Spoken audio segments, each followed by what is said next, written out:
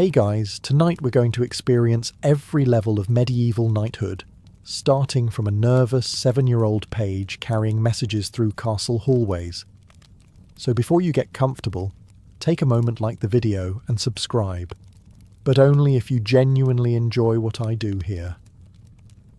And let me know in the comments where you're tuning in from and what time it is for you. It's always fascinating to see who's joining us from around the world. Now, dim the lights, maybe turn on a fan for that soft background hum, and let's ease into tonight's journey together. Your journey toward knighthood begins long before you ever hold a sword, ride a horse, or dramatically remove a helmet after a battle. In fact, it begins with something far less heroic: being born into the right family. Unlike modern careers, where people occasionally pretend hard work alone determines success, medieval society was refreshingly honest about favoritism. If your father was a knight, nobleman, or wealthy landowner, your chances of becoming a knight were excellent. If your father was a peasant, your chances were roughly equal to becoming the Pope's pet dragon. You were born into a noble household somewhere in medieval Europe. Perhaps your family controls a small manor, perhaps a larger estate. Whatever the size, your future is already being discussed by adults while you are still mastering the complex art of not falling into a fireplace. The world around you feels ancient, noisy, and surprisingly crowded. Servants move constantly through the halls carrying food, firewood, tools, and messages. Dogs sleep wherever they please. Horses fill the stables outside. Chickens wander into places where chickens have absolutely no business being. Medieval people simply accepted this as part of daily life.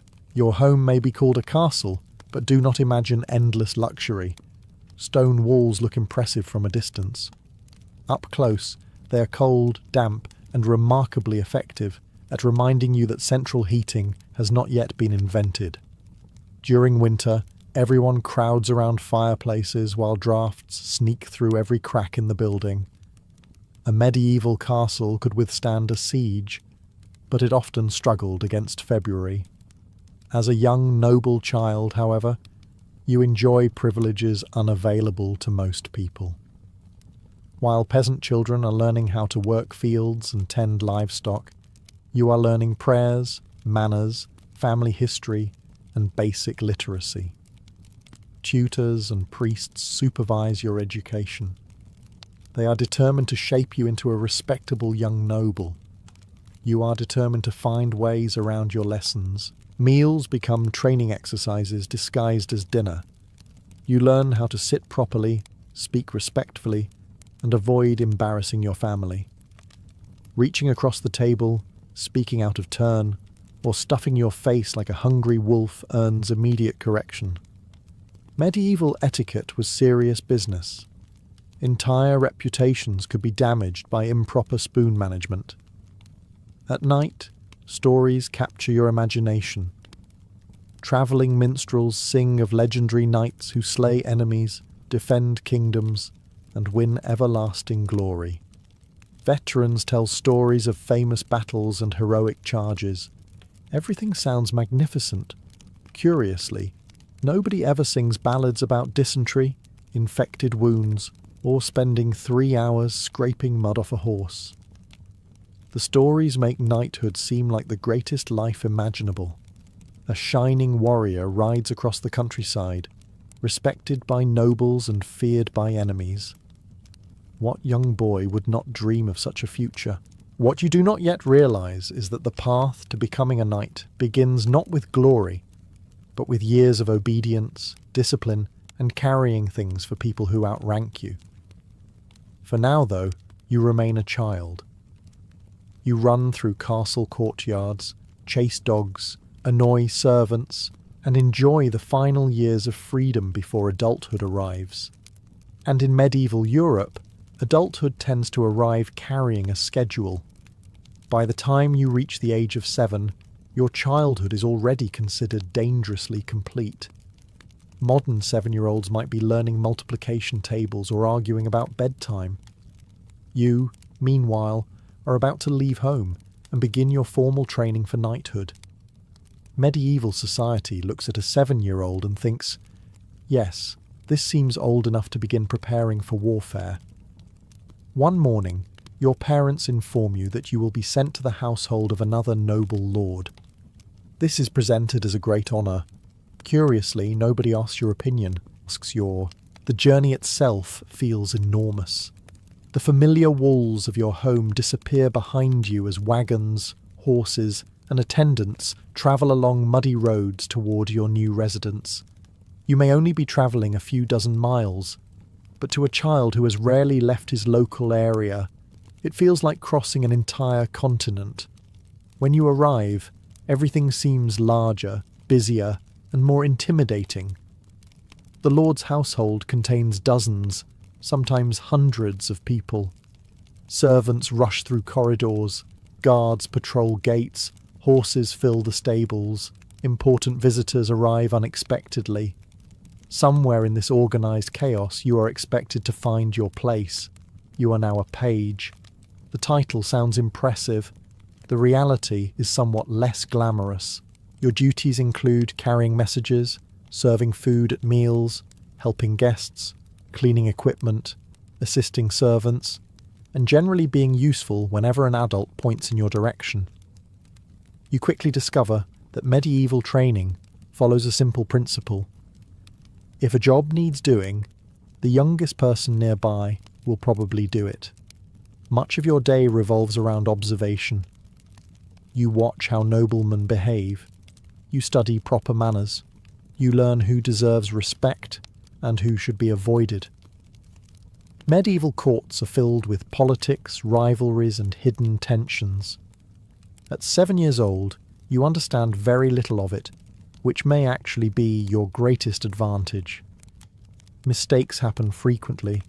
You spill drinks, you forget instructions, you address the wrong person incorrectly. Every mistake brings correction, usually from someone who believes volume is an effective teaching method. Yet despite the challenges, your world begins to expand. You meet experienced warriors. You hear stories from travelling knights. You see fine armour, magnificent horses, and expensive weapons up close for the first time. For the first time, knighthood starts to feel real, not because you're holding a sword, but because you're carrying one behind somebody who already has one. It's a small step toward becoming a knight, a very small step, usually taken while carrying something heavy. As the months pass, your duties as a page become easier. You no longer get lost in the castle corridors quite as often. You have learned most people's names. You can carry a tray without dropping it. Usually. Now your education begins to focus on something every future knight is expected to master: courtly manners. This may sound disappointing. You dreamed about swords, horses, and heroic battles. Instead, adults are teaching you how to stand correctly at dinner.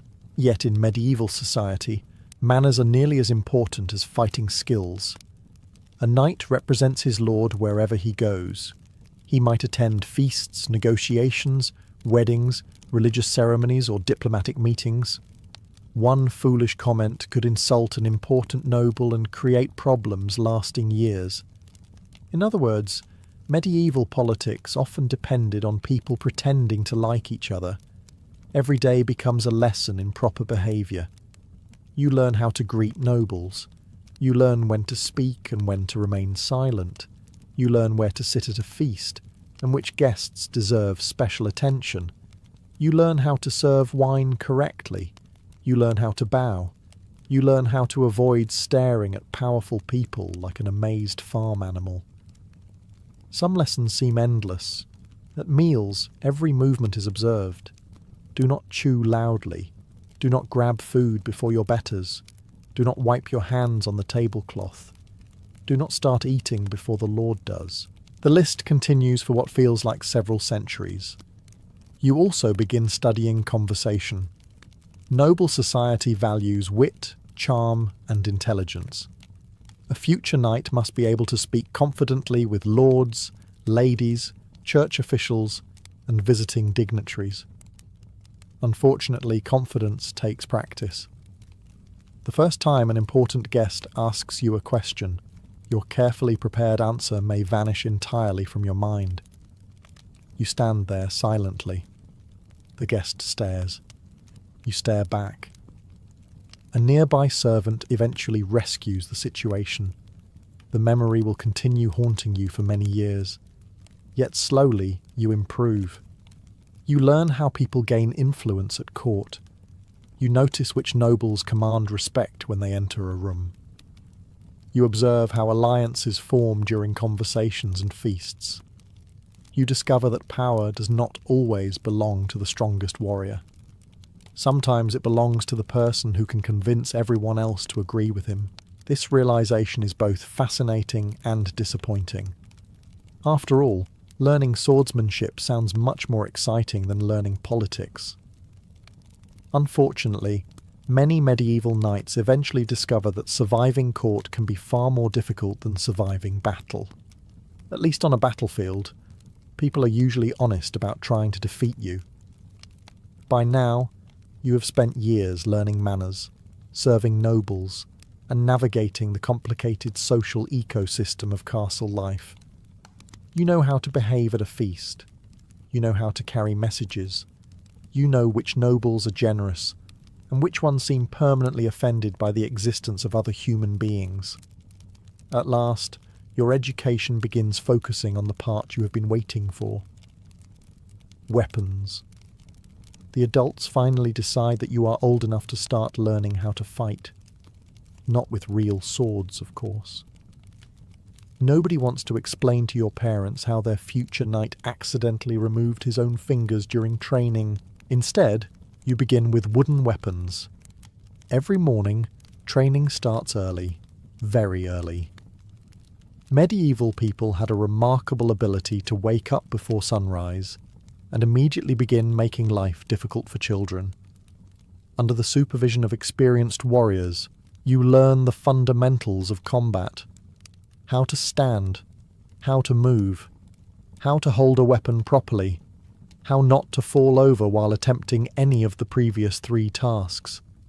The last lesson proves especially challenging. At first you are terrible. Everyone is. Your strikes are slow.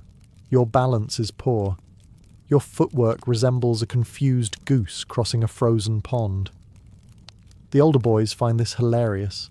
A few years earlier, they looked exactly the same. They have conveniently forgotten this fact. Training sessions are exhausting. You run. You wrestle. You practice with wooden swords. You strengthen your arms and legs. You repeat the same movements hundreds of times until they become instinctive. Whenever you think you are improving, an experienced instructor effortlessly defeats you in seconds. This becomes a recurring theme. Horseback riding also becomes a major part of your education. A knight without a horse is like a ship without a sail. Technically possible, but nobody is going to be impressed. You spend countless hours learning to ride, guide, and control horses. Some horses cooperate willingly. Others appear to have dedicated their lives to testing your patience. One particularly stubborn horse seems to view every lesson as a negotiation. The horse wins most of them. As the months pass, your confidence grows. You begin participating in mock battles against other pages. Wooden swords clash. Boys charge across training fields imagining themselves as legendary warriors. Sometimes you win. Sometimes you lose. Sometimes you trip over your own feet before either can happen. Yet something important is changing. The child who arrived carrying trays and messages is slowly becoming stronger, faster, and more disciplined. Knighthood still lies years ahead, but for the first time, you can almost see it on the horizon. Right before an instructor orders you to run another lap around the courtyard. Around the age of 14, your life changes once again. After years of service as a page, countless lessons in manners, and enough weapons training to leave every muscle sore, you finally receive a promotion. You become a squire. This sounds extremely impressive, and it is, for approximately 5 minutes. Then someone hands you a long list of responsibilities. Unlike a page, who serves an entire household, a squire serves one specific knight. From this point forward, much of your life revolves around that individual. His schedule becomes your schedule. His problems become your problems. His horse occasionally becomes your problem as well. Your knight is a veteran warrior with years of experience. He has fought in battles, attended tournaments, negotiated disputes, and accumulated enough scars to make every story sound believable. Your job is to learn everything you can from him.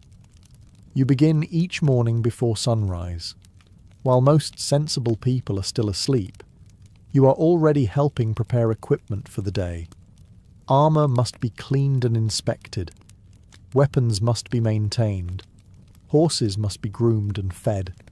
The amount of time required to maintain a knight's equipment is astonishing. The songs about knighthood rarely mention polishing rust. They should. A surprising amount of medieval warfare depends upon someone remembering to oil metal.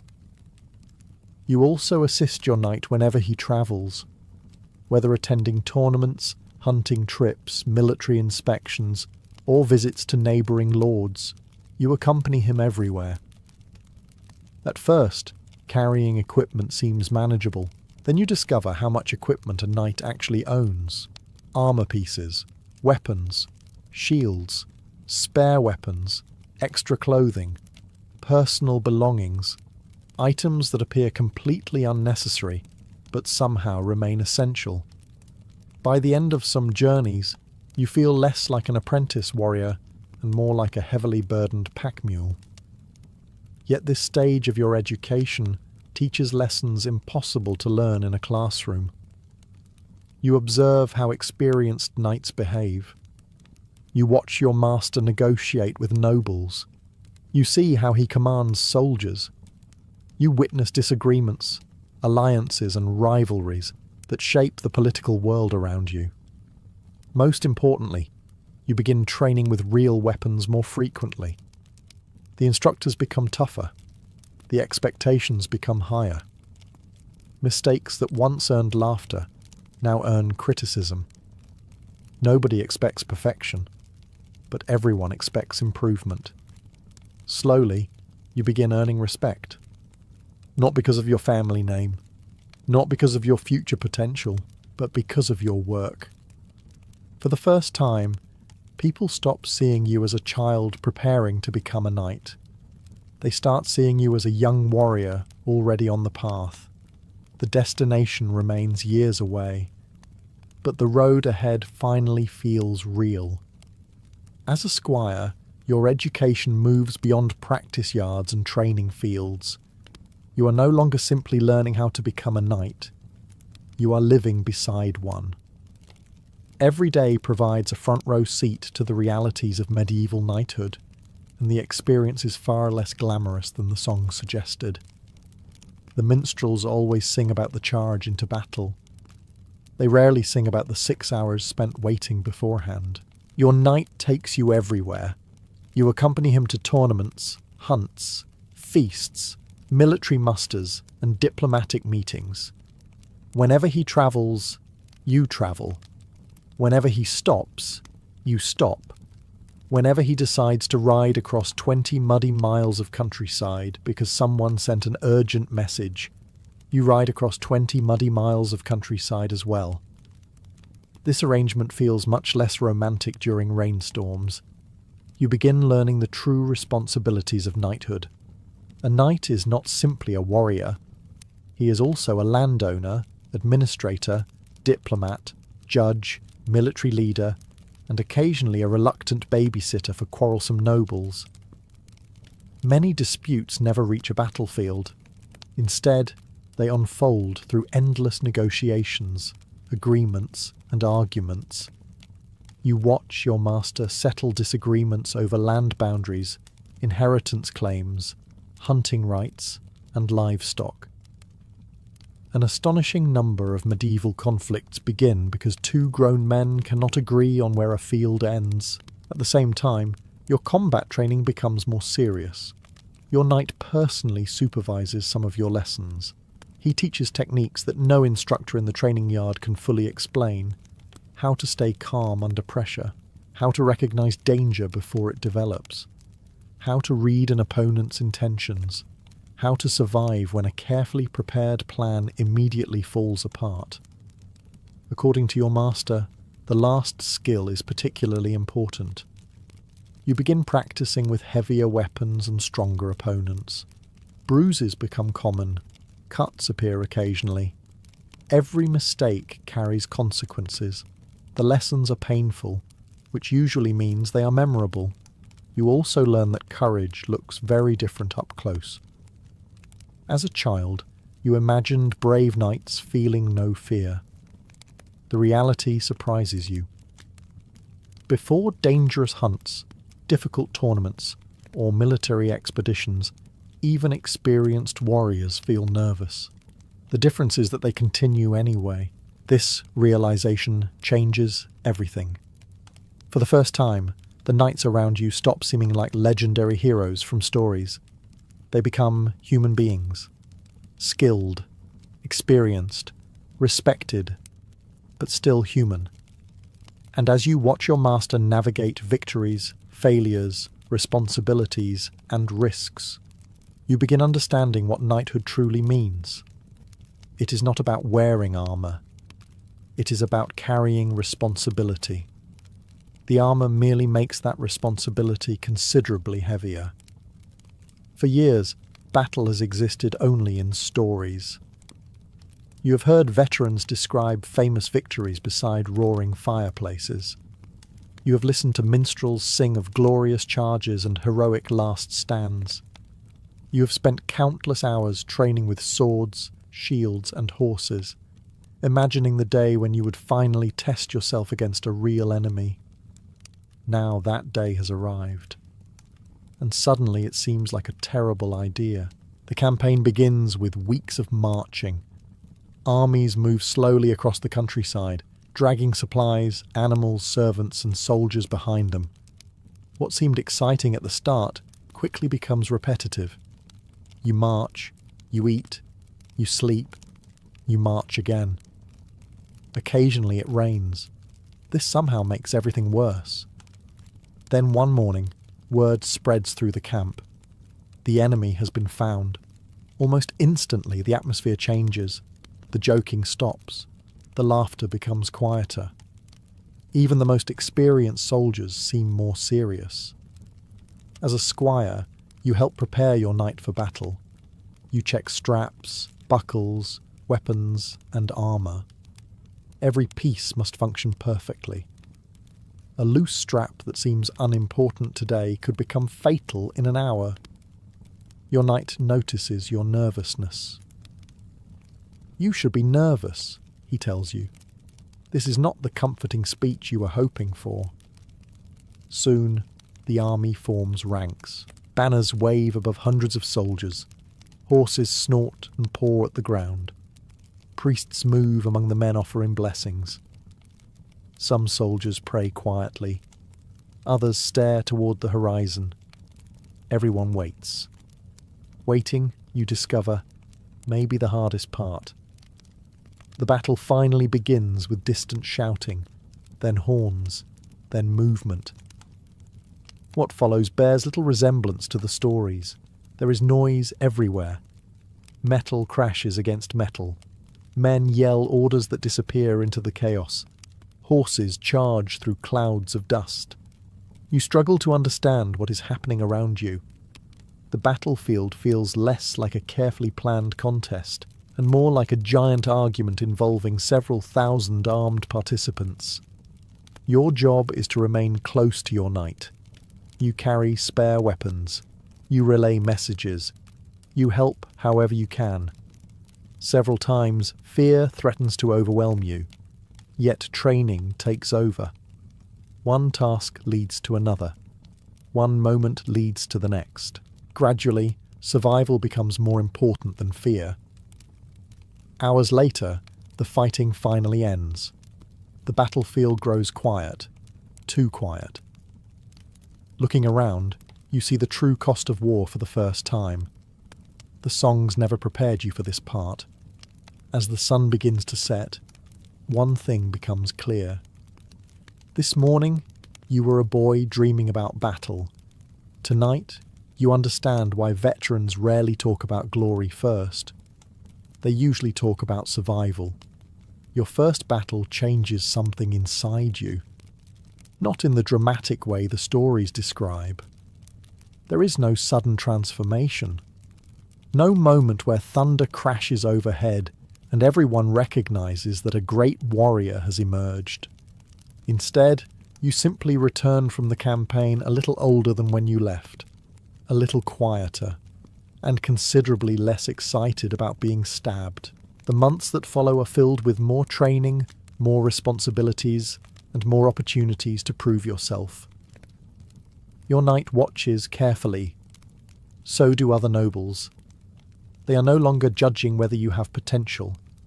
They are deciding whether you are ready.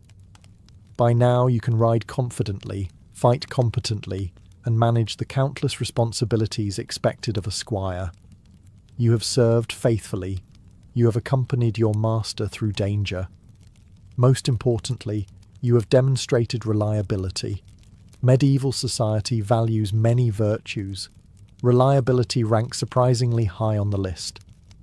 Eventually, the day arrives. You are to be knighted.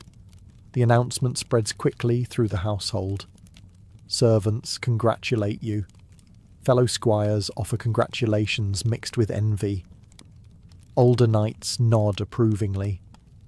For years, this moment has been your goal. Now that it is finally here, you discover a new problem. You are terrified. The ceremony begins with preparation and reflection.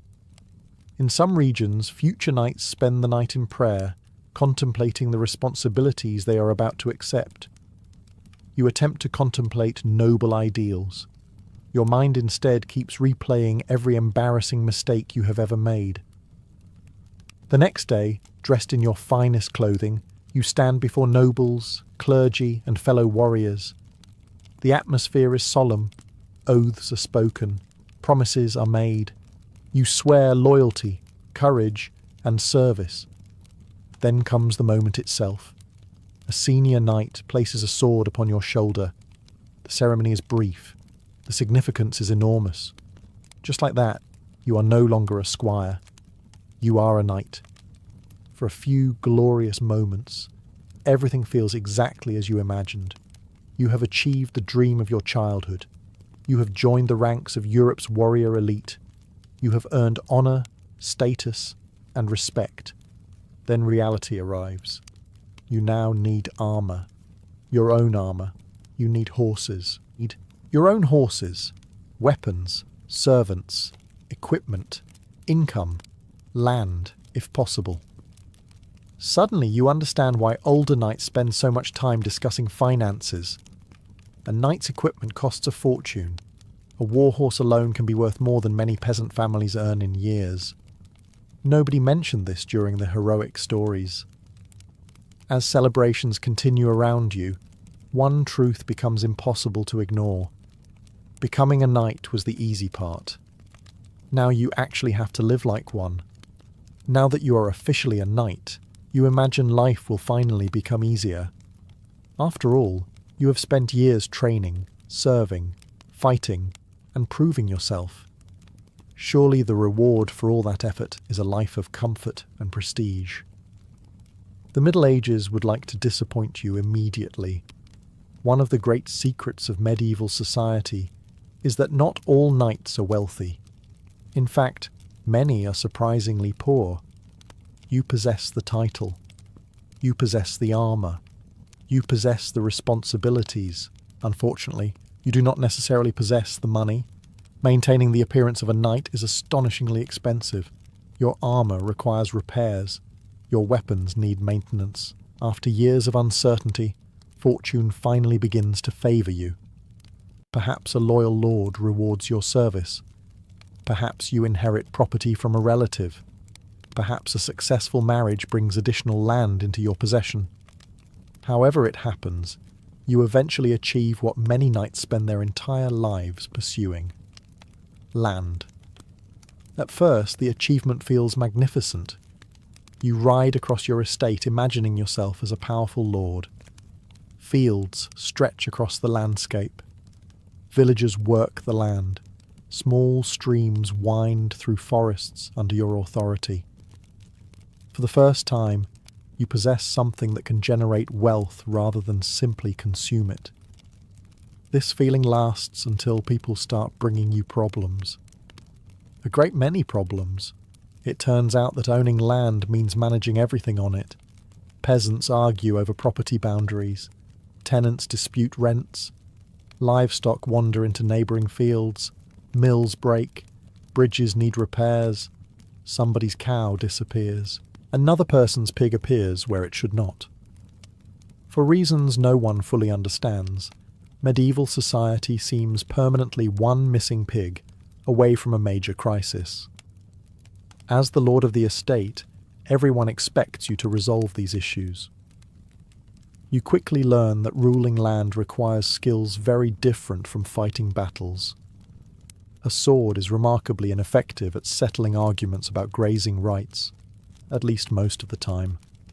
Your days become filled with administration. You inspect crops, collect rents, oversee repairs, and hold local courts where disputes are heard and judgments delivered. The villagers look to you for leadership. The king expects taxes. The church expects donations. Your tenants expect protection. Everyone seems to expect something. Nobody appears interested in reducing your workload. Yet despite the frustrations, there is satisfaction in the role. For the first time, your success is measured by more than victories in battle. A well-managed estate grows wealthier.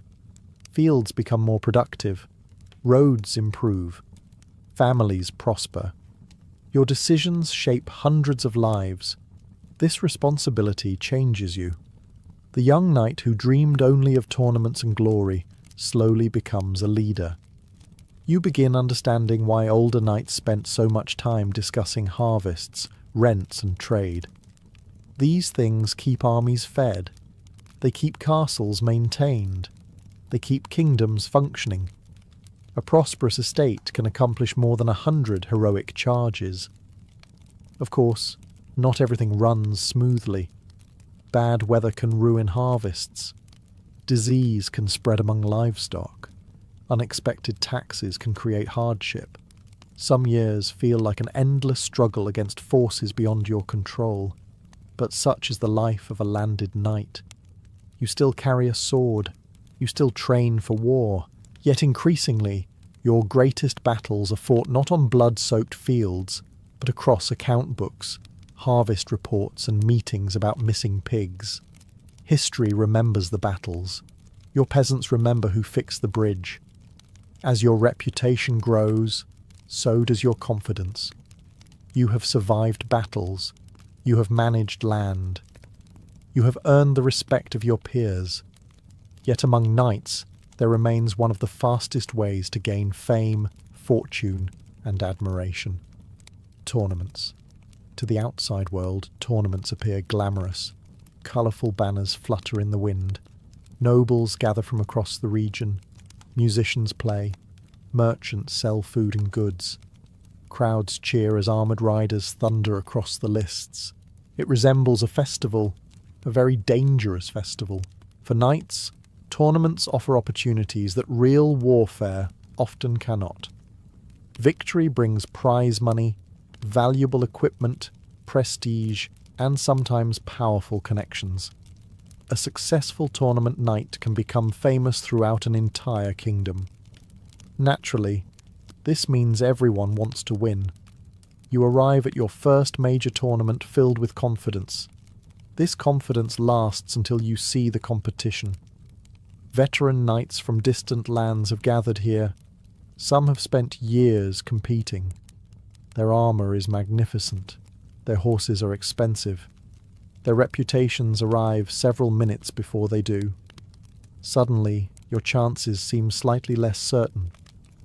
The tournament begins with ceremonies, feasts, and introductions. Noble families mingle, alliances form, rivalries quietly emerge. Then the competitions begin. The most famous event is the joust. Mounted knights lower their lances and charge directly toward one another at frightening speeds. The objective sounds simple: hit the other knight. Avoid being hit yourself. Reality proves more complicated. The first time you participate, your heart pounds louder than the crowd. Your horse surges forward beneath you. The opposing knight grows larger with every passing second. Then comes impact. The force feels like being struck by a collapsing building. One moment you're charging proudly. The next, you're staring at the sky while questioning several life choices. The crowd loves it. Fortunately, tournaments involve more than jousting. Melees allow groups of knights to engage in large mock battles. Swordsmanship competitions test skill. Archery contests draw spectators. Over time, you improve. Experience replaces nervousness. Victories begin accumulating. People start recognizing your name. Young squires watch you with admiration.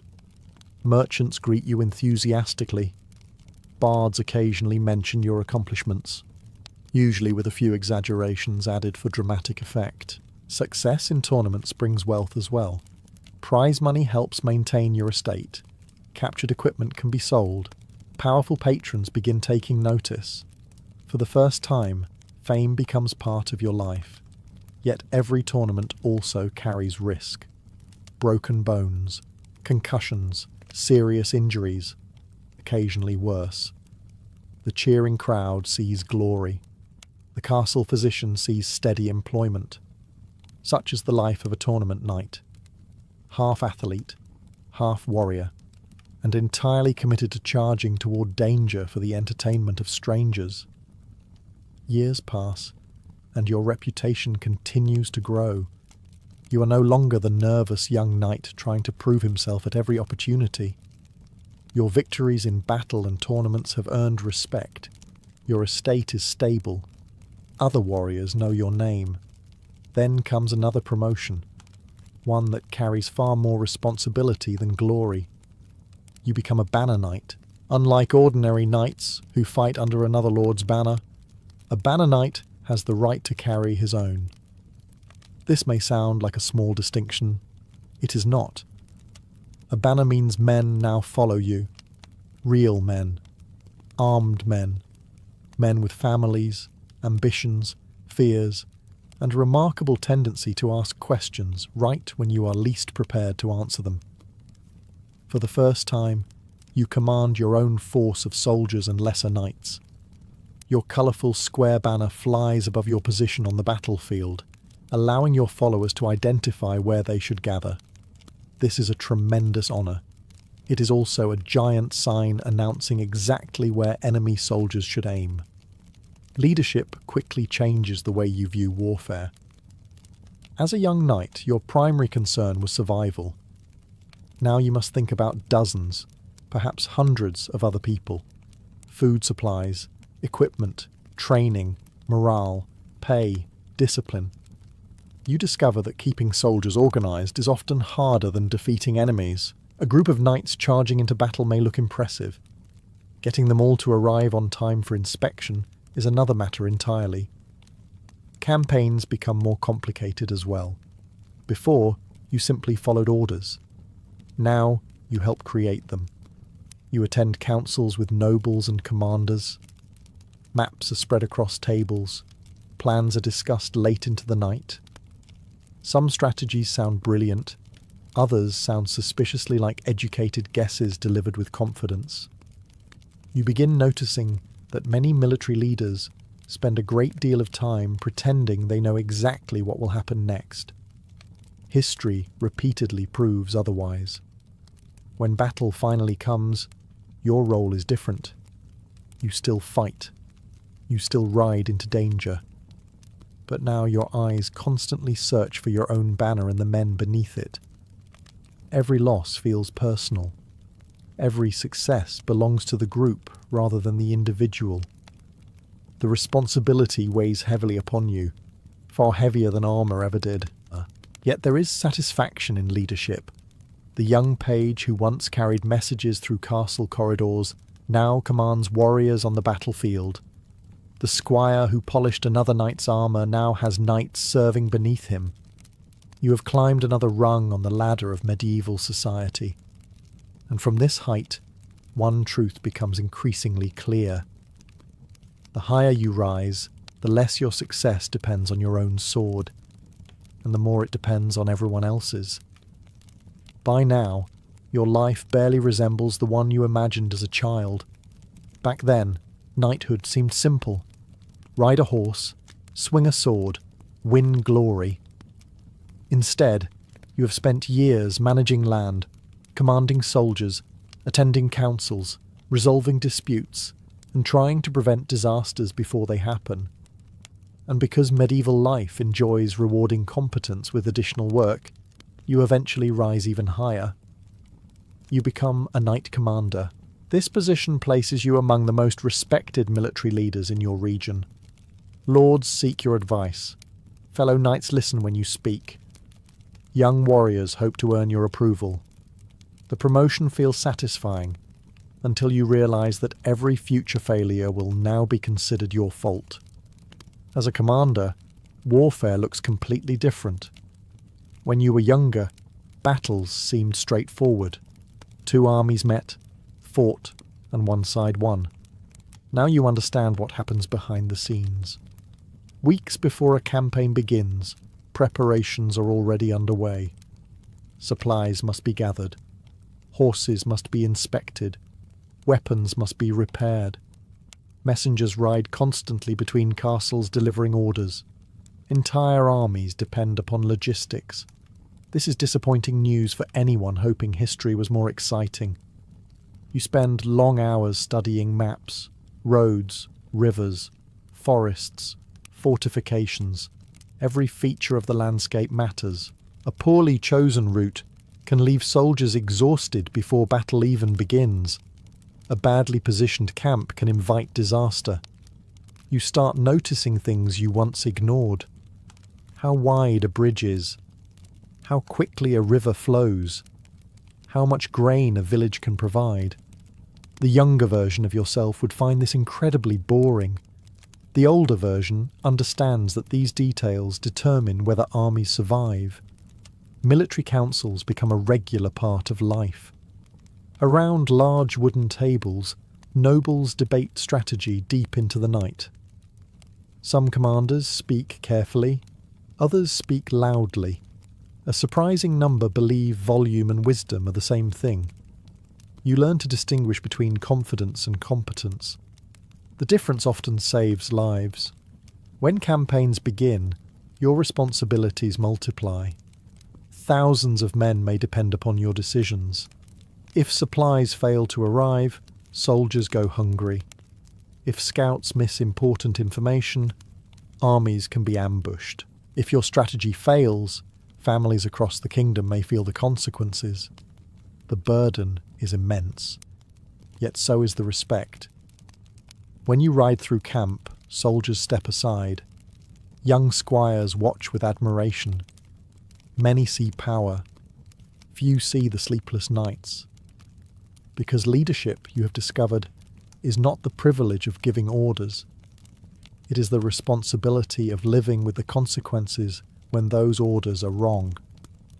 And that responsibility grows heavier with every victory, and even heavier with every defeat. After decades of service, campaigns, victories, defeats, and enough responsibility to fill several lifetimes, you reach a level few knights ever achieve. You become a knight of great renown. Your name is known far beyond your own lands. Nobles mention you during feasts. Travellers carry stories of your accomplishments from one region to another. Young squires speak about you the way you once spoke about legendary warriors from your childhood. The experience is strange, partly because many of the stories are wrong. A minor skirmish somehow becomes a heroic last stand. A successful negotiation becomes a tale of brilliant strategy. A lucky victory becomes evidence of genius. History, you discover, enjoys improving reality, whenever reality seems insufficiently dramatic. Still, the reputation brings undeniable advantages. Kings and powerful lords seek your counsel. Important guests visit your estate. Your opinions carry weight. When you speak during military councils, people listen. Sometimes they even stop interrupting. This may be your greatest achievement. You spend less time fighting personally and more time advising others. Younger knights seek guidance on leadership, warfare, and honour. They expect wisdom. Fortunately, you have accumulated plenty of experience. Unfortunately, much of that experience came from mistakes. The lessons that shaped you most were rarely your victories. They were the failures, the campaign that went wrong, the ally who proved unreliable, the battle won at terrible cost, the decision that seemed brilliant at the time and ridiculous afterward. Age has given you something valuable: perspective. When you were young, every challenge felt enormous. Every insult demanded a response. Every rival seemed important. Now you realize that many conflicts disappear if given enough time. Others were never worth fighting in the first place. This knowledge would have been incredibly useful 30 years earlier. Like many forms of wisdom, it arrives precisely when it is least needed. Your reputation continues to grow. Bards compose songs. Artists create portraits. Stories spread across the kingdom. Children hear your name around fireplaces and imagine a fearless warrior who never doubted himself. You almost feel sorry for them. Because you know the truth. Behind every famous knight stands a lifetime of uncertainty, errors, fears, and fortunate accidents. Yet, perhaps that is what makes the achievement meaningful. You were never perfect. No knight was. The legends simply leave out the difficult parts. As old companions fade away and a new generation rises, one thing becomes clear. You have become exactly what you once admired as a child. A living legend, though admittedly one with sore knees, old scars, and a growing appreciation for comfortable chairs. Eventually, a day arrives that no young knight ever thinks about. You grow old, not suddenly, not all at once. The process happens slowly, year after year, campaign after campaign, winter after winter. At first, you barely notice it. A shoulder takes longer to recover after training. An old injury aches when rain approaches. You need a little more time to climb into armour. Nothing serious, nothing worth mentioning. Then one morning, a young knight mounts his horse with effortless speed, and you realise you spent the last 30 seconds preparing for the exact same movement. Time, it seems, has been winning a battle you never noticed had started. Your body carries the evidence of a lifetime spent as a warrior. Scars cross your arms and chest. Old fractures occasionally remind you of their existence. Your knees complain during cold mornings. Your back has developed strong opinions about staircases. The songs never mention these things. The songs usually end right after the victory. Reality continues for several decades afterward. You no longer ride at the front of every charge. You no longer seek glory in tournaments. In fact, watching young knights launch themselves at each other with lances now feels less inspiring and more concerning. You find yourself thinking things such as, "That looks dangerous." This is generally considered one of the first signs of old age. Yet while your physical strength fades, something else grows stronger: your wisdom. Young squires now gather around you, eager to hear stories. They ask about famous battles, legendary warriors, great victories. You answer honestly. You tell them about courage, but you also tell them about fear. You tell them about leadership, but you also tell them about responsibility. You explain that knighthood was never truly about armor, horses, or fame. Those were merely the decorations. The real test was character. A knight's worth was measured not by how loudly people cheered his victories, but by how faithfully he carried his duties throughout his life. As the years pass, you spend more time managing your lands and advising younger generations. The kingdom slowly changes around you. New faces appear. Old friends disappear. Children grow into warriors. Warriors become leaders. Leaders become memories. And eventually you realize something remarkable. You have lived every level of medieval knighthood, from the small boy chasing dogs through castle courtyards, to the page carrying messages, to the squire serving a master, to the knight seeking glory, to the commander leading armies, and finally, to the old veteran looking back upon it all. The journey was harder than the stories promised, far more expensive than anyone admitted, and considerably muddier than the paintings suggest. Yet as you watch the next generation begin the path you once walked, you cannot help but smile, because despite everything, the danger, the sacrifices, the responsibilities, and the aching joints, you would probably do it all again. In the year 532, Constantinople smelled of smoke. For days, fire had swept through the capital of the Eastern Roman Empire. Crowds had rioted in the streets, buildings had collapsed, entire districts had been reduced to blackened ruins. Thousands were dead. Among the casualties was the city's great cathedral, burned and shattered during the chaos. Standing amid the destruction was Emperor Justinian. The emperor had survived the crisis, though only barely.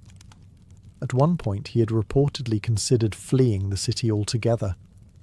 Fortunately for history, and perhaps unfortunately for the accountants who would later review the construction budget, he decided to stay. Now he faced a choice. He could rebuild the cathedral exactly as it had been before. It would be quicker, cheaper, and far less likely to cause headaches. Instead, Justinian chose the most ambitious option available. He wanted a church that would surpass every building on earth. Not the largest church in Constantinople, not the largest church in the empire, the largest and most magnificent church the world had ever seen. It was the sort of goal that sounds impressive, until someone has to actually build it. Orders spread across the empire. Marble was collected from distant provinces. Ancient columns were brought from older temples and monuments. Skilled craftsmen travelled from Greece, Egypt, Syria, and Anatolia. Thousands of labourers arrived at the construction site. 2 brilliant scholars were placed in charge of the project, Anthemius of Tralles and Isidore of Miletus. Neither man was primarily famous as an architect. This might sound slightly concerning when constructing the most ambitious building of the age.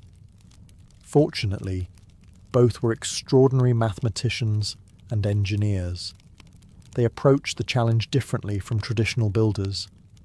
Instead of simply making a larger church, they envisioned something that seemed almost impossible. A vast dome suspended high above an enormous open interior. Many experts doubted the design could work. Some probably doubted it while quietly updating their wills. Yet construction began immediately. Day after day, workers hauled stone, brick, timber and marble through the streets of Constantinople. The site became a forest of scaffolding.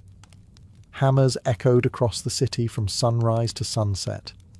Dust filled the air. Merchants, priests, senators, and ordinary citizens stopped to watch the strange new structure rise higher and higher. For nearly 6 years the project continued. Then, at last, the impossible stood completed. A building unlike anything humanity had ever seen. And soon, people from every corner of the known world would walk through its doors and stare upward in disbelief. The first thing you notice is not the cathedral itself. It is the city. 6th century Constantinople is one of the largest and wealthiest cities on earth. Hundreds of thousands of people crowd its streets. Ships fill its harbours. Merchants arrive from Egypt carrying grain, from Syria carrying spices, and from distant lands bringing goods that most citizens will never be wealthy enough to touch. The city never seems completely quiet. Donkeys pull carts loaded with supplies. Sailors shout along the docks. Traders advertise their goods with the confidence of men who believe their olives are the finest olives ever grown by human civilization. Everyone, somehow, has somewhere important to be.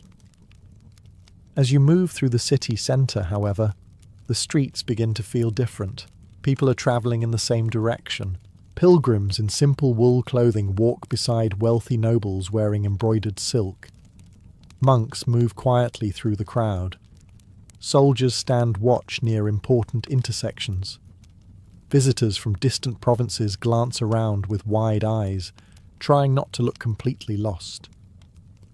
Ahead of them all stands a building unlike anything they have ever seen. At first, only part of it is visible.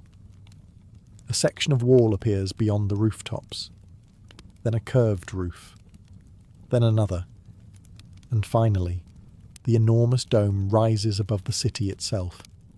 Even from a distance, Hagia Sophia dominates the skyline. Most buildings in Constantinople seem to belong to the earth. Hagia Sophia appears to belong somewhere else entirely. As you draw closer, its scale becomes harder to comprehend. The walls seem impossibly high.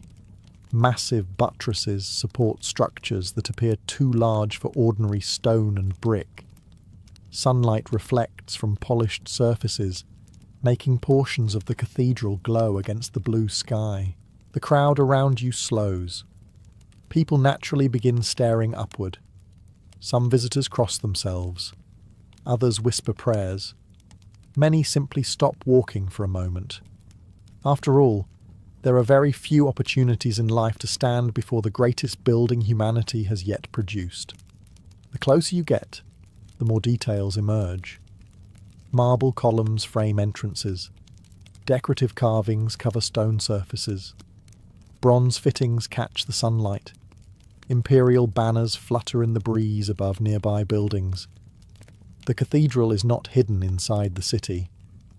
The city seems arranged around the cathedral. For Emperor Justinian, this was exactly the point. Every visitor approaching Hagia Sophia should feel small, not humiliated, not frightened, simply reminded that they are standing at the centre of an empire that believes it has been chosen by God himself. And as you finally reach the great outer courtyard, one thing becomes obvious. The wonders inside may be even greater than the sight before you now. Before you can enter Hagia Sophia itself, you must first pass through the world that surrounds it. The cathedral does not simply rise from the streets of Constantinople. It sits within a vast complex of courtyards, gates, walkways and gathering spaces that prepare visitors for what lies ahead. The transition is deliberate. The architects understood something important about human beings. If you show people the most magnificent room in the world immediately, they will be impressed. If you slowly build anticipation first, they will remember the experience for the rest of their lives. As you enter the outer courtyard, the noise of the city begins to soften, not disappear entirely. Constantinople is far too busy for that. But the shouting merchants, rattling carts, and harbour sounds fade into the background. In their place come quieter conversations, footsteps on stone, and the steady movement of worshippers arriving from every direction. The courtyard itself is enormous. Marble pathways cross open spaces where visitors gather before services. Decorative columns line portions of the complex. Fountains provide water for washing and refreshment. Clergy move between buildings dressed in dark robes, while officials carrying imperial business stride past with an urgency that suggests they are very important. Whether they actually are is another matter. Near one entrance stands a group of pilgrims. Their clothing is dusty from travel. Some have journeyed for weeks to reach Constantinople. Others have crossed seas and mountain ranges simply to see this church with their own eyes. They stare at the massive structure before them with expressions that mix exhaustion, excitement, and disbelief. For many, this may be the most extraordinary thing they ever witness. Elsewhere, wealthy aristocrats arrive accompanied by servants. Their silk garments catch the sunlight. Gold jewellery glitters on wrists and collars, yet even they seem diminished beside the cathedral towering above them. Hagia Sophia is one of the few places in the empire where a senator and a shepherd can stand side by side and feel equally insignificant. The building has that effect on people. As you continue forward, guards watch from strategic positions. This is a sacred place, but it is also deeply connected to imperial power. The emperor himself worships here. Major ceremonies are held here. Victories are celebrated here. Religion and government are woven together as tightly as threads in a Byzantine tapestry. Then you reach the inner gates. Beyond them stands the final approach. The towering bronze doors of the cathedral wait ahead. Incense drifts faintly through the air. The crowd grows quieter, and for the first time, you begin to sense that stepping inside Hagia Sophia may feel less like entering a building, and more like crossing into another world. The final approach to Hagia Sophia feels strangely quiet. Not silent, of course. Hundreds of people surround you. Sandals scrape across stone. Priests exchange greetings. Children whisper questions to their parents. Somewhere nearby, a fountain trickles steadily into a marble basin. Yet compared to the chaos of Constantinople outside, the atmosphere feels almost calm. The great bronze doors stand ahead. They are immense, not merely large enough to impress visitors, but large enough to make them feel as though they are entering a place designed for beings greater than themselves. And perhaps that is exactly the intention. The crowd moves slowly toward the entrance. Nobody rushes, partly because there are too many people, partly because something about the building encourages patience. As you draw closer, details emerge. The bronze surfaces gleam in the daylight. Massive hinges support their tremendous weight. Marble surrounds the doorway, polished so smoothly that it reflects faint traces of light. Generations of visitors have passed through here. Emperors, patriarchs, generals, merchants, pilgrims, ordinary citizens carrying worries that history would never bother recording. Yet all of them cross the same threshold. As you step forward, the sunlight behind you begins to fade. The temperature changes almost immediately. Outside, the summer heat presses against the city. Inside, cool air settles around you. The thick walls keep much of the heat at bay, creating a welcome relief for visitors who have spent hours walking through crowded streets. The smell changes as well. Gone are the scents of horses, cooking fires, sea salt, and busy markets. In their place comes incense. Not a little incense, an astonishing amount of incense. The Byzantine clergy take their aromatic responsibilities very seriously. Sweet fragrances drift through the air from censers carried during services. The scent lingers in the stone itself, creating an atmosphere unlike any ordinary building. Your eyes need a moment to adjust. The entrance halls are dim compared to the bright courtyard outside. Light filters through windows high above, creating patches of gold across the marble floors. Candles flicker in the distance. Shadows move softly along the walls as worshippers pass through the corridors. Ahead, you can hear faint echoes, voices, footsteps, the distant murmur of prayers. Every sound seems larger inside these walls. The architects understood acoustics almost as well as they understood stone. And then, as you continue through the final passageway, the corridor begins to open. The space ahead grows brighter. The ceiling rises. The sounds become richer. You take a few more steps, and suddenly, the full interior of Hagia Sophia reveals itself before your eyes. For a moment, you forget to breathe. Nearly everyone who enters Hagia Sophia experiences the same reaction. The passageway behind you suddenly feels small and distant. The courtyard is forgotten. The city beyond the walls disappears from your mind entirely. All attention is pulled upward. Far above your head floats the great dome. Or at least, it appears to float. The reality is far more complicated. The architects used some of the most advanced engineering of the ancient world to support this enormous structure. Massive arches distribute its weight. Hidden supports carry impossible loads. Thousands upon thousands of bricks work together to keep the dome standing. But standing beneath it, none of that is obvious. Instead, it looks like a golden sky suspended in mid-air. A ring of windows circles the dome's base. Sunlight pours through them from every direction. The light breaks apart as it enters, creating a glowing halo that surrounds the entire structure. The effect is astonishing. The dome seems detached from the building beneath it. Many visitors believe they are witnessing a miracle. Some later describe the sight as if heaven itself has descended into the church. Others struggle to find words at all. You can hardly blame them.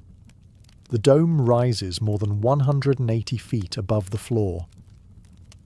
To a 6th century visitor, this is not merely architecture. It is a challenge to everything they thought humans were capable of building. As sunlight shifts throughout the day, the interior changes constantly. Golden mosaics shimmer overhead. Marble walls reflect scattered beams of light. Columns cast long shadows that slowly move across the floor. Nothing remains entirely still. The church feels alive. Beneath the dome, hundreds of people move quietly through the vast space. Some pray, some stare upward, some simply stand in silence, overwhelmed by the scale of what surrounds them. Even conversations seem different here.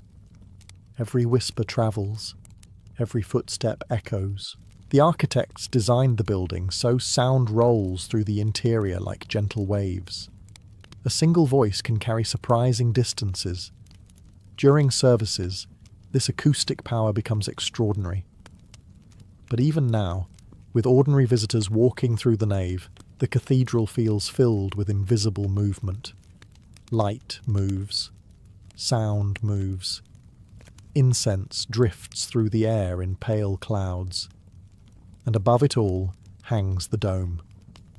According to later tradition, Emperor Justinian entered the completed church and gazed upward in triumph. Legend says he exclaimed, "Solomon, I have surpassed thee." Whether he actually spoke those words remains uncertain. What is certain is this. Standing beneath Hagia Sophia's dome, surrounded by light and gold, it becomes easy to understand why someone might believe they had built the greatest church on earth. The first thing you see is light, not the dome, not the marble, not the crowds gathered below. The light.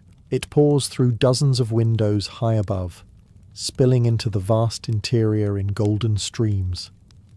After the dim entrance corridors, the brightness almost feels overwhelming. For a moment, your eyes struggle to understand what they are looking at. Then you look upward, and suddenly, everything else disappears. Above you hangs the great dome of Hagia Sophia. It is so enormous that your mind initially refuses to accept its size. The ceiling rises far beyond anything most people in the 6th century have ever seen. Houses, palaces, bathhouses, and ordinary churches seem insignificant compared to what stretches overhead. The remarkable thing is that the dome does not appear heavy. It should. Thousands of tons of brick and mortar are suspended above your head. Logic suggests it should look massive and solid. Instead, it appears almost weightless. The ring of windows at its base allows sunlight to flood underneath it, creating the illusion that the entire structure floats above the church rather than resting upon it. Visitors often stop walking. Many simply stare. Others point upward while speaking in hushed voices. Some cross themselves repeatedly. A few stand completely motionless, as if worried the vision might disappear if they blink. The architects, Anthemius and Isidore, could not have asked for a better reaction. Every part of the design was intended to create awe. And it works. The dome dominates everything beneath it. The columns seem smaller. The walls seem farther away. Even the crowds gathered inside appear tiny against the vastness above. Around the church, polished marble reflects the incoming sunlight. The walls shimmer with colours brought from every corner of the empire. Green stone from Greece, purple stone from Egypt, white marble from distant quarries. The entire building feels less like a church and more like an attempt to gather the wealth of the known world beneath a single roof. Then there are the mosaics. Gold glitters everywhere. Tiny pieces of glass catch the sunlight and scatter it across the interior. As visitors move through the nave, the reflections shift constantly, making the church seem alive. Nothing remains still. Light moves, shadows move, incense drifts slowly through the air, and above it all hangs the dome. For many visitors, this is the moment they remember forever. Not the journey to Constantinople, not the crowded streets outside, not even the emperor who ordered the church built. They remember looking upward and feeling, if only for a moment, that they were standing somewhere between earth and heaven itself. Visitors finally emerge into the nave and look upward. For a brief moment, many simply stop walking. The courtyard, the bronze doors, the long approach through Constantinople, all of it vanishes from their thoughts. Only one thing remains: the dome.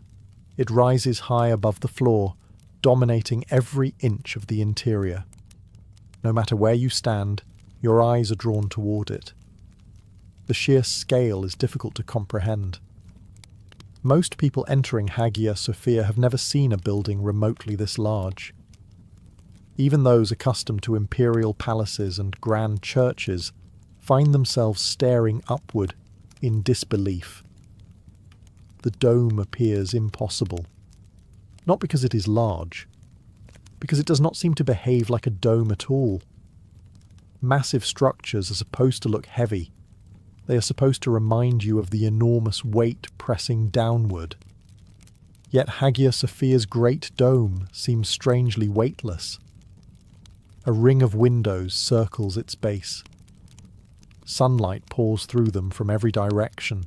The light separates the dome visually from the supports beneath it, creating an illusion that leaves visitors speechless. Rather than appearing attached to the building, the dome seems suspended above it, floating. The effect is so powerful that many observers later struggle to describe what they have seen. Some compare it to the heavens. Others claim the dome hangs from a golden chain descending from the sky. A few are convinced divine assistance must have been involved somewhere during construction. After all, giant floating ceilings are not usually associated with ordinary building projects. The sunlight changes constantly throughout the day. As clouds pass overhead, the brightness inside shifts and moves across the marble floors. Golden mosaics catch the light and scatter it throughout the church. Reflections shimmer across columns and walls. Nothing remains still. The entire cathedral seems alive. Below the dome, visitors wander through the vast open space. Pilgrims whisper prayers. Merchants stare upward. Children point excitedly toward the ceiling. Even wealthy nobles who spend their lives surrounded by luxury appear humbled by what they see. For a few moments, social rank matters very little. Everyone becomes simply another person staring at the impossible. The architects had achieved exactly what Emperor Justinian wanted. This was not merely a church, it was a statement, a declaration that Constantinople stood at the centre of the Christian world. A monument to imperial power, divine favour, and human ingenuity. And as the light continues to stream through the windows high above, illuminating the floating dome with an almost supernatural glow, it becomes easy to understand why many 6th century visitors left Hagia Sophia convinced they had witnessed something beyond human creation. After the initial shock of seeing the dome, another wonder slowly begins to reveal itself. At first, you barely notice it. Yes, a priest speaks somewhere in the distance. A group of worshippers quietly recites prayers. Footsteps echo across the marble floor. Then you realize something unusual. The building sounds different. Every noise seems larger than it should be. Every voice travels farther than expected. The immense interior of Hagia Sophia transforms sound into something almost physical. Words drift through the air long after they are spoken. Echoes roll beneath the dome and return from distant corners of the church. Even the smallest whisper seems capable of reaching places it has no business reaching. Visitors often pause and listen. The architecture is not merely meant to be seen, it is meant to be heard. As more people enter the cathedral, the sounds begin to merge together. Prayers overlap. Conversations blend into a low murmur. The rustling of robes mixes with the soft crackling of candles. Above it all hangs a constant, gentle echo that fills the vast space without ever becoming overwhelming. The effect is strangely calming. You feel surrounded by sound without being assaulted by it. Then the service begins. Clergy emerge from side chambers dressed in magnificent robes. Golden threads shimmer as they move through shafts of sunlight. Incense bearers swing censers that release clouds of fragrant smoke into the air. The congregation gradually grows quiet. Anticipation spreads through the crowd. Then the chanting starts. One voice begins, then another joins. Soon, an entire choir is singing beneath the dome. The sound rises upward and spreads through the cathedral like a wave. It bounces from marble walls. It circles beneath the ceiling. It fills every corner of the building.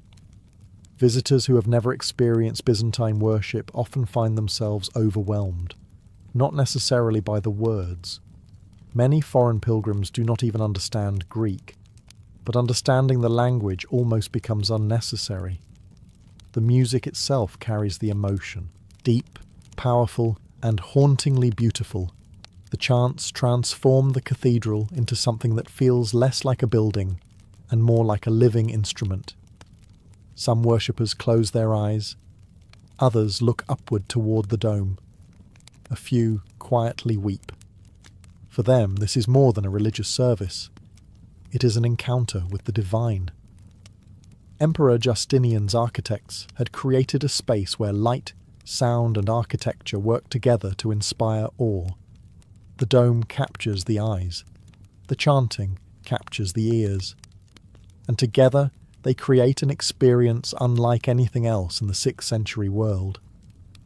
For many visitors, this is the moment when Hagia Sophia truly becomes unforgettable. Most visitors who enter Hagia Sophia come to witness the greatest church in the world. But on certain days, they witness something else. The emperor. Long before he arrives, people know something important is happening. Guards take their positions. Officials move through the cathedral with unusual urgency. Members of the clergy prepare carefully for the ceremony ahead. The atmosphere changes. Not tense, not fearful, expectant. In the Byzantine Empire, the emperor is more than a ruler. To many citizens, he is God's chosen representative on earth, entrusted with protecting both the empire and the Christian faith. And there is no place where that connection is displayed more clearly than inside Hagia Sophia. The congregation gathers beneath the great dome. Sunlight streams through the high windows. Incense drifts lazily through the air. The distant chanting of clergy echoes from the upper galleries. Then movement begins near one of the imperial entrances. Heads turn. Conversations stop. The emperor has arrived. Dressed in magnificent ceremonial robes, he enters surrounded by attendants, guards, and senior officials. Gold embroidery catches the light. Precious stones sparkle across his garments. Every detail is designed to project authority, wealth, and divine favour. Yet even the emperor appears small beneath the immense dome overhead. That is one of the most remarkable things about Hagia Sophia. The building dwarfs everyone. Pilgrims, patriarchs, generals, even emperors. Before he became a soldier, a governor, a hostage, a commander, or a symbol remembered centuries later, he was simply a boy growing up among the rugged mountains and valleys of Albania during the late 14th century. His world was small, not unimportant, just small. A collection of stone fortresses perched on hillsides, villages surrounded by vineyards and grazing fields, narrow roads winding through mountains that seemed determined to make travel as inconvenient as possible. For generations, Albanian noble families had ruled these lands through shifting alliances, local rivalries, and occasional arguments settled with swords rather than lengthy discussions. The boy belonged to one of these noble households. His father controlled territory, commanded warriors, and negotiated constantly with neighbouring lords. Every decision mattered. One wrong alliance could cost land. One wrong battle could cost everything. Politics in the Balkans was less a game of chess and more a game of juggling knives while standing on a moving horse.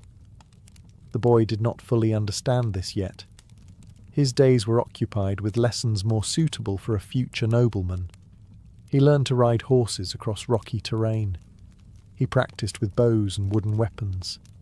He listened as older men discussed warfare, diplomacy, and family honour. Like many noble sons, he was expected to become a leader someday. The exact details remained unclear. Surviving long enough to find out was usually the first requirement. Yet beyond the mountains, a new power was expanding. The Ottoman Empire. At first, the Ottomans seemed distant, a problem for other rulers, a concern for another year. Then, another fortress submitted. Another lord accepted Ottoman authority. Another region fell under their influence. Slowly, steadily, the empire pushed deeper into the Balkans. News travelled along trade routes and military roads. Stories arrived with merchants and travellers. Stories of vast armies, of disciplined soldiers, of sultans whose authority stretched across continents. The boy occasionally heard these conversations. He probably paid little attention. Children rarely spend their afternoons worrying about geopolitical transformations. There are horses to ride and far more important matters to consider. But his father paid attention. Every Albanian noble did, because the Ottoman advance was no longer a distant rumour. It was becoming a reality.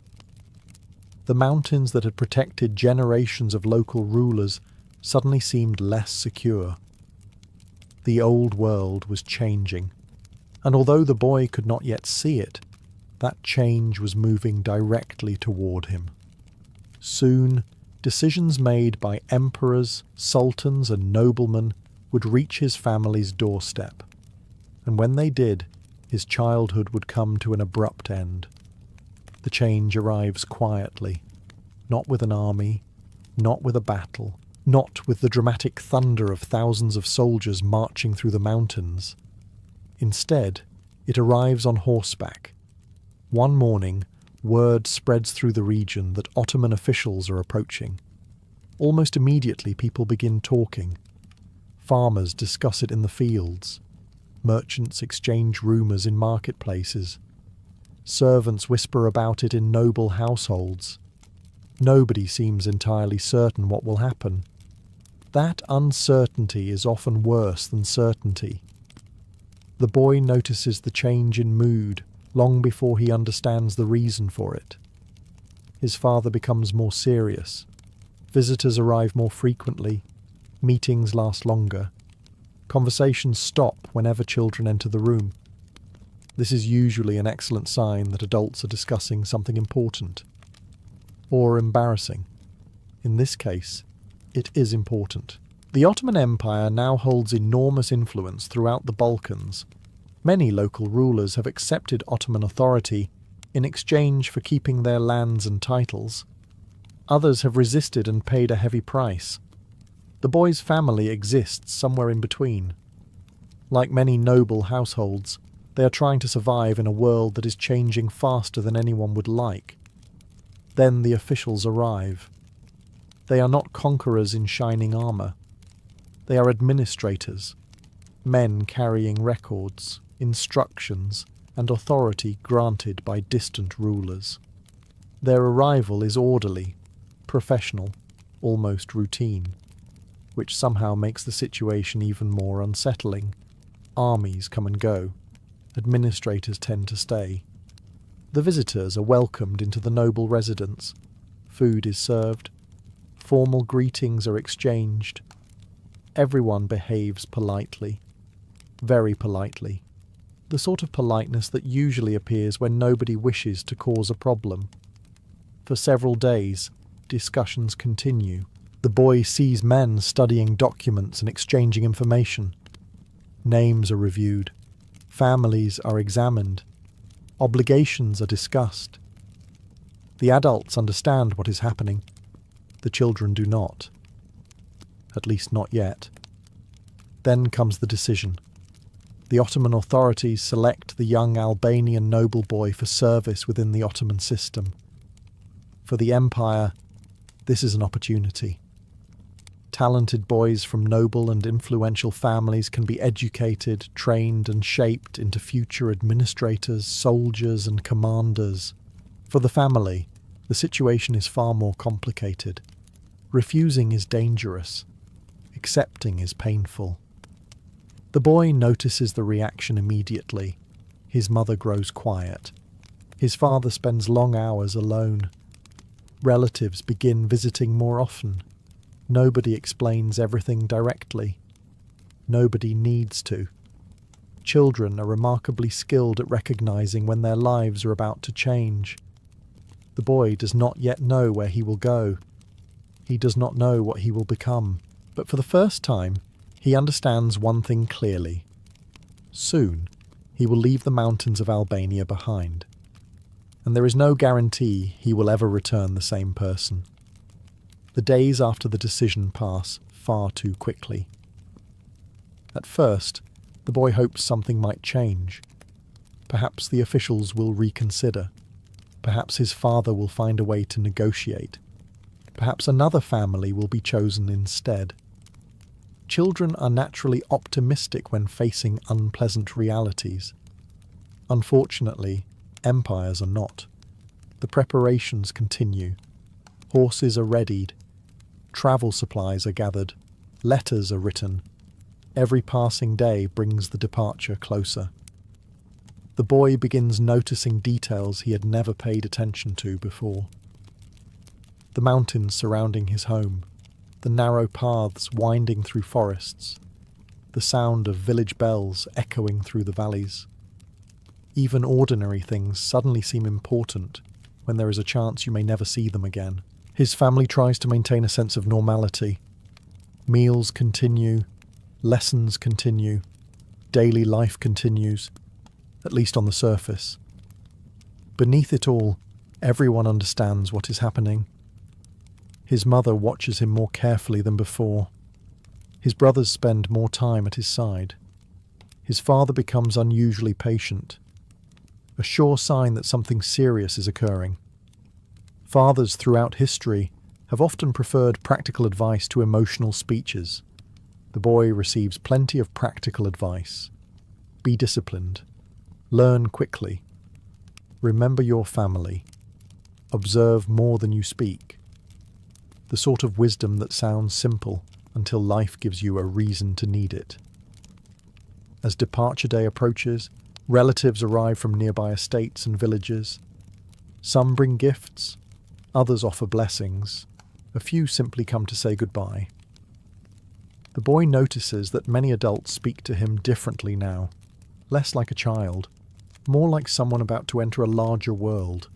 That realization is both exciting and terrifying. Then the morning arrives. The horses stand ready. The Ottoman escort waits. There are no grand ceremonies, no dramatic speeches. History often imagines major events as theatrical moments. In reality, life-changing events frequently begin with people quietly climbing onto horses and riding away. The boy embraces his family. His mother struggles to hide her tears. His father maintains his composure, though not easily. The mountains that had always seemed permanent suddenly feel fragile. Home itself feels fragile. One final look, one final farewell. Then the journey begins. The road winds away from the familiar valleys of Albania. At first he keeps looking back. The fortress grows smaller. The villages disappear behind distant hills. The landscape of his childhood slowly fades from view. Around him travel other boys headed toward uncertain futures. Some are frightened, some are curious. Most are both. As the caravan continues eastward, the boy begins to understand a difficult truth. He is not simply leaving home. He is leaving behind the life he was expected to live. Ahead lies a future that nobody, not even he, can yet imagine. The farther the caravan travels, the more unfamiliar the world becomes. At first, the mountains of Albania still surround the travellers. The roads remain rough. The villages still resemble those the boy has known all his life. But with each passing day, the landscape changes. The familiar disappears piece by piece. New languages replace old ones. Different customs emerge, different clothing, different foods, different faces. The Balkans are a crossroads of peoples, and the boy is now crossing through all of them. The journey is long enough for fear to slowly transform into curiosity, long enough for strangers to become companions, long enough for homesickness to settle quietly into the background. Among the travellers are other boys selected for service within the Ottoman system. Some come from Serbian lands, some from Bosnia, others from regions the boy has never even heard of. At first they speak little. Each carries his own worries. Each misses home. Each wonders what awaits them at the end of the road. But shared uncertainty has a way of creating friendships. Gradually, conversations begin. The boys exchange stories about their villages. They compare family traditions. They argue over whose homeland has the strongest warriors. This particular debate produces no winner, like most arguments involving teenage boys and national pride. As the weeks pass, the Ottoman escorts prove different from what the boy expected. They are strict, disciplined, professional. But they are not the monsters described in fearful village rumours. The Empire wants these boys educated and trained. Dead boys make very poor administrators. This practical reality provides some comfort. The caravan passes through towns bustling with merchants from distant lands. The boy sees goods he never imagined existed. silks from Asia, spices from Arabia, luxury items worth more than an entire village. For the first time, he begins to grasp the scale of the empire he is entering. His homeland suddenly feels very small, not insignificant, simply small. The Ottoman world stretches far beyond mountains and valleys. It reaches across seas, deserts, and continents. The realization is overwhelming. Then one evening, after weeks on the road, rumours begin spreading among the travellers. The capital is near, Constantinople, the city that serves as the heart of the empire, the city of emperors, sultans, palaces, and wonders. The boys have heard stories about it for years. Most seem impossible. Streets crowded with thousands, markets larger than entire towns, buildings so vast they appear unreal. Naturally, this only makes everyone more eager to see it. As the caravan continues its final approach, excitement begins replacing fear, because whatever lies ahead, one thing is certain. The next chapter of the boy's life will begin not in a mountain fortress of Albania, but in the greatest city he has ever imagined. After weeks of travel, the city finally appears. At first, it is only a distant shape on the horizon. Then the walls come into view. Massive, endless, almost unbelievable. The boy has seen fortresses before. Albania is full of them. Stone walls and defensive towers are familiar sights, but this is different. Constantinople is not a fortress.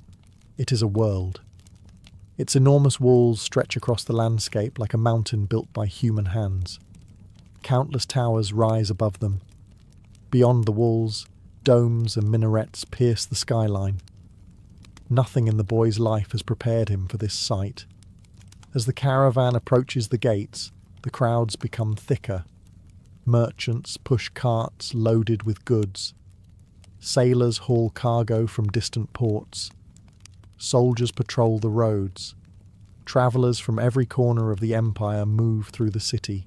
The boy hears languages he cannot identify: Greek, Turkish, Arabic, Persian, and many others. The city seems to contain half the world. When the caravan finally enters through the gates, the noise is overwhelming.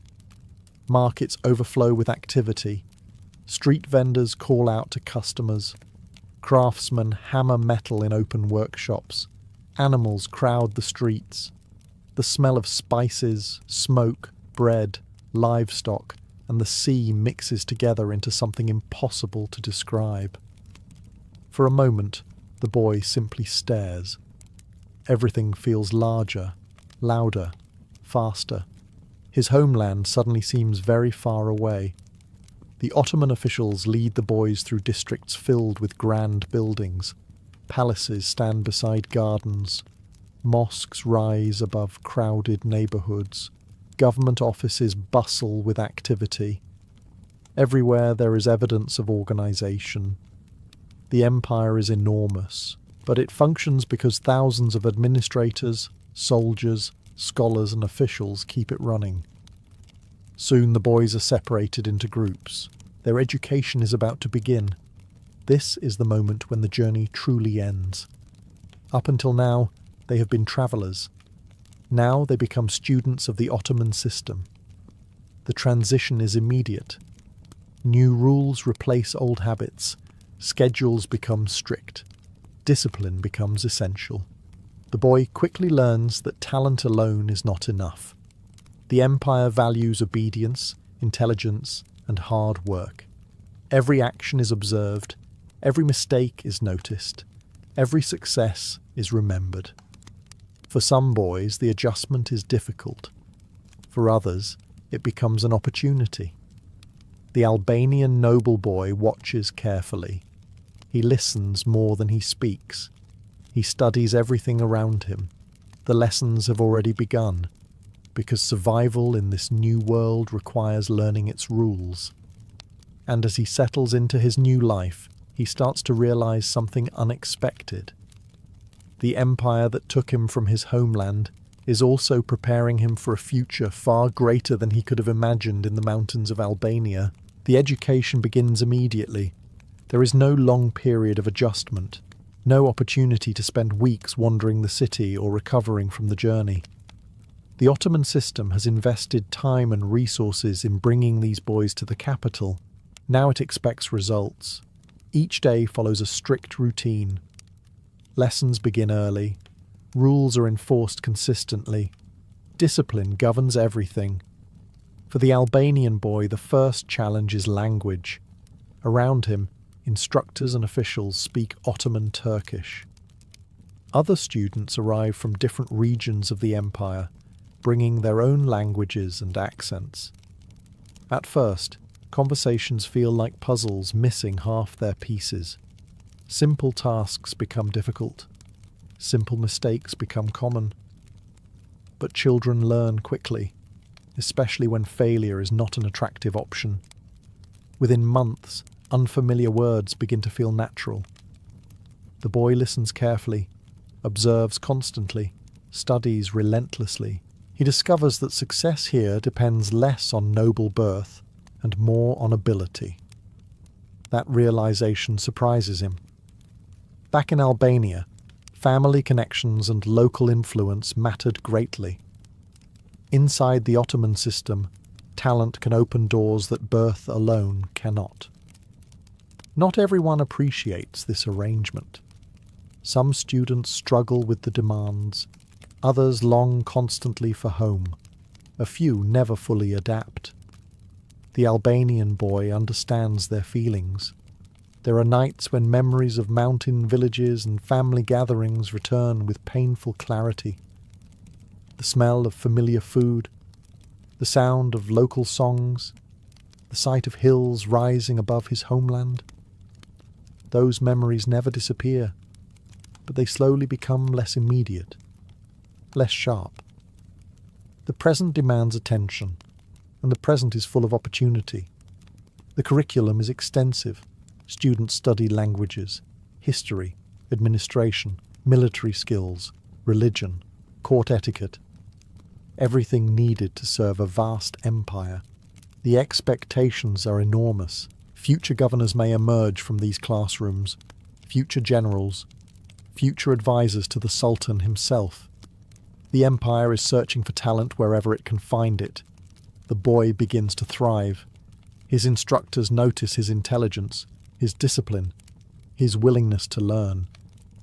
Qualities that earn respect in any society.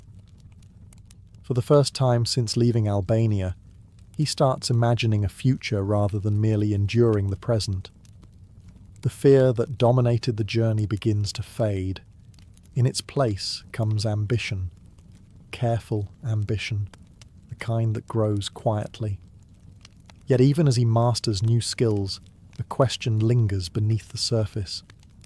Who is he becoming? The son of an Albanian noble family? A servant of the Ottoman Empire? Both? Neither? The answer is not yet clear. What is clear is that the boy who arrived at Constantinople is already changing. With every lesson learned and every year that passes, the distance between his old life and his new one grows larger, and soon the empire will begin testing just how far he can rise. Years pass. The frightened boy who once rode away from the mountains of Albania is becoming difficult to recognize. The empire has shaped him, not all at once, not through a single lesson or dramatic event, through countless small changes repeated day after day, new skills, new responsibilities, new expectations. The transformation is gradual, but it is undeniable. By now he speaks Ottoman Turkish fluently. He understands the customs of the court. He has mastered military training and administrative studies. More importantly, he has learned how power operates inside one of the largest empires in the world, and the Ottoman system rewards such abilities. Advancement is possible. For talented students, remarkable advancement. Unlike many noble societies where birth determines almost everything, The Ottoman administration actively searches for capable individuals. The empire needs governors, commanders, advisors, officials. It cannot afford to ignore talent. The Albanian youth quickly discovers that opportunities exist for those willing to seize them. His instructors continue to notice him. Superiors begin assigning greater responsibilities. Tasks that once seemed intimidating become routine. The confidence he lacked during his first months in Constantinople now comes naturally. He learns an important lesson. Knowledge creates power, not the power of armies, not the power of wealth, the power to influence decisions, to understand people, to navigate complicated situations, the sort of power that often lasts longer than swords. Around him, other students experience varying fortunes. Some excel, some struggle, some disappear into lesser roles throughout the empire. The competition is constant. Everyone understands what is at stake. A successful career can bring influence, prestige, and authority beyond anything imagined in childhood. Failure means becoming just another official among thousands. The Albanian youth refuses to fail. His ambition grows steadily. Yet that ambition creates a strange tension inside him. The more successful he becomes, the further he moves from the life he once knew. Memories of Albania still exist. The mountains, the villages, his family. But they increasingly feel like memories from another lifetime. Sometimes he catches himself thinking in Turkish rather than his native language. Sometimes he realizes months have passed without speaking about his homeland. These moments unsettle him, because they force him to confront a difficult reality. The Ottoman system is not merely educating him, it is reshaping his identity, and it is doing so successfully. By now, the empire no longer sees him as a boy taken from Albania. It sees something else. A promising young man with exceptional potential, a future servant of the state, perhaps even a future leader. The question is no longer whether he will succeed. The question is how much success the empire is willing to grant him. Success brings rewards. It also brings questions. By now, the young Albanian has achieved something few could have imagined when he first left home. He has risen through the ranks of the Ottoman system. Superiors trust him. Opportunities continue to appear. His future looks brighter than it ever could have in the isolated mountain territories of his childhood. Yet the higher he climbs, the more complicated his identity becomes.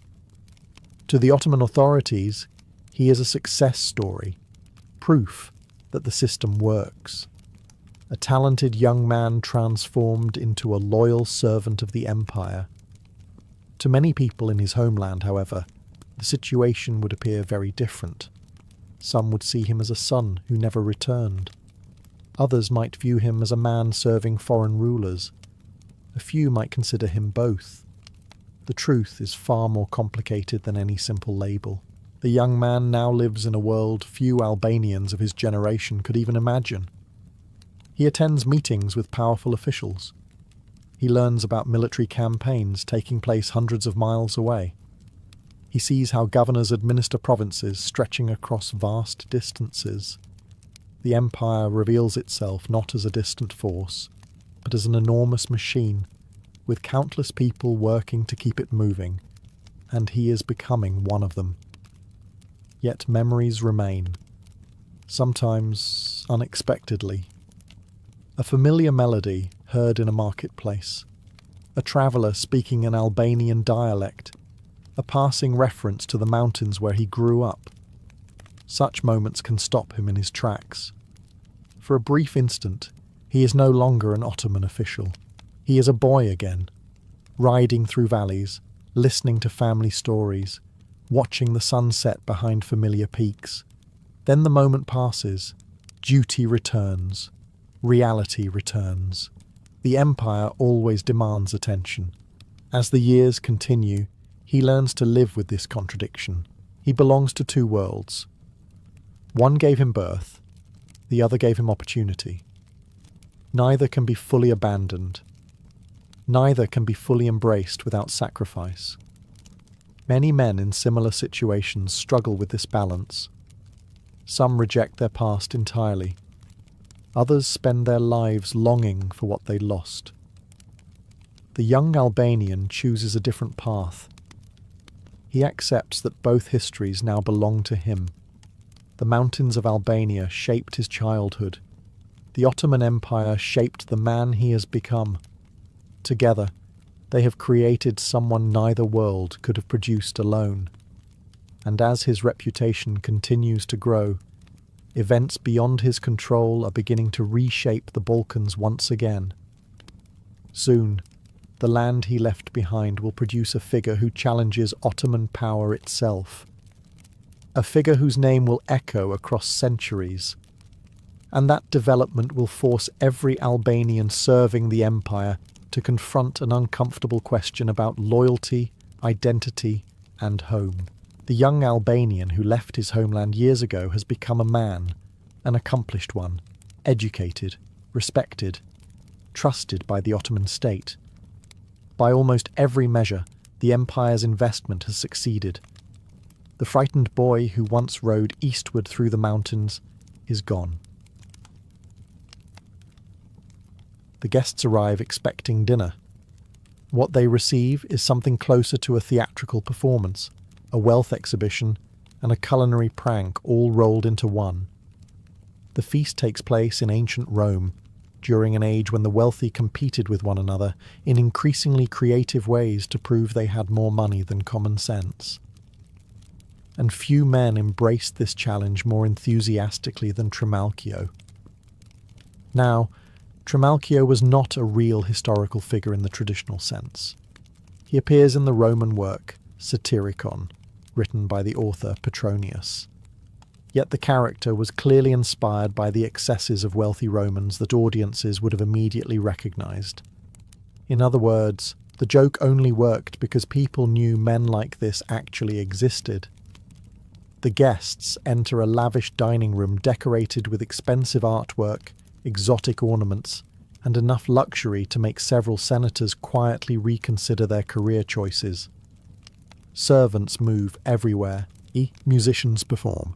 Food arrives constantly, and the host ensures that every moment focuses attention on himself. The first courses immediately reveal what kind of evening this will be. Platters appear covered with elaborate decorations. Ordinary dishes are disguised as something else. Foods are hidden inside other foods. Eggs are served that turn out not to be eggs at all. Nothing is straightforward. Eating dinner has become an intellectual puzzle. One almost expects a roasted peacock to emerge carrying legal paperwork and demanding signatures. As the evening continues, the displays become increasingly extravagant. Exotic animals appear on the tables. Rare ingredients imported from distant provinces are presented as casually as bread. Entire courses arrive, accompanied by performances from servants and entertainers. The guests are expected not merely to eat, but to admire, and preferably to admire loudly. That is the entire point. In Roman elite society, a feast was never just about food. It was about status, power, influence. A wealthy host wanted guests to leave impressed, jealous, and slightly exhausted.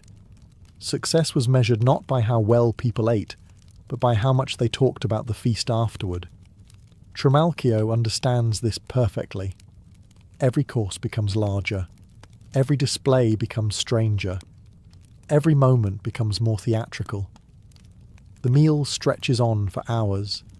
Guests drink wine, listen to speeches, and endure endless demonstrations of the host's wealth. Some are amazed. Some are entertained. Some are probably wondering whether they will ever be allowed to go home. Yet centuries later, people still remember the feast. And perhaps that was Trimalchio's greatest victory. The food disappeared, the wine was consumed, the decorations eventually vanished, but the spectacle itself became immortal. If Trimalchio's feast was about pretending to be important, the next banquet was hosted by a man who had actually conquered half the known world, and he wanted everyone to remember it. By the time Alexander the Great reached the height of his power, he ruled an empire stretching from Greece to the borders of India. Kingdoms had fallen before him, cities bore his name, entire nations paid tribute to his authority. Naturally, this seemed like an excellent excuse for a feast. One of the most famous celebrations took place after years of military victories had transformed a young Macedonian king into perhaps the most powerful man on earth. The setting was magnificent. Rich carpets covered palace floors. Golden vessels lined the banquet tables. Musicians, dancers, nobles, generals, and foreign ambassadors filled the halls. Every detail reminded guests that they were standing in the court of a conqueror whose ambitions seemed to have no limits. The food arrived in endless waves: roasted lamb, wild boar, game birds, fresh fish transported from distant regions, exotic fruits imported from across the empire, massive loaves of bread, honey cakes, spiced delicacies that most ordinary people would never taste in their entire lives. The tables groaned beneath the weight. The servants probably did as well. Wine flowed continuously, and not just ordinary wine.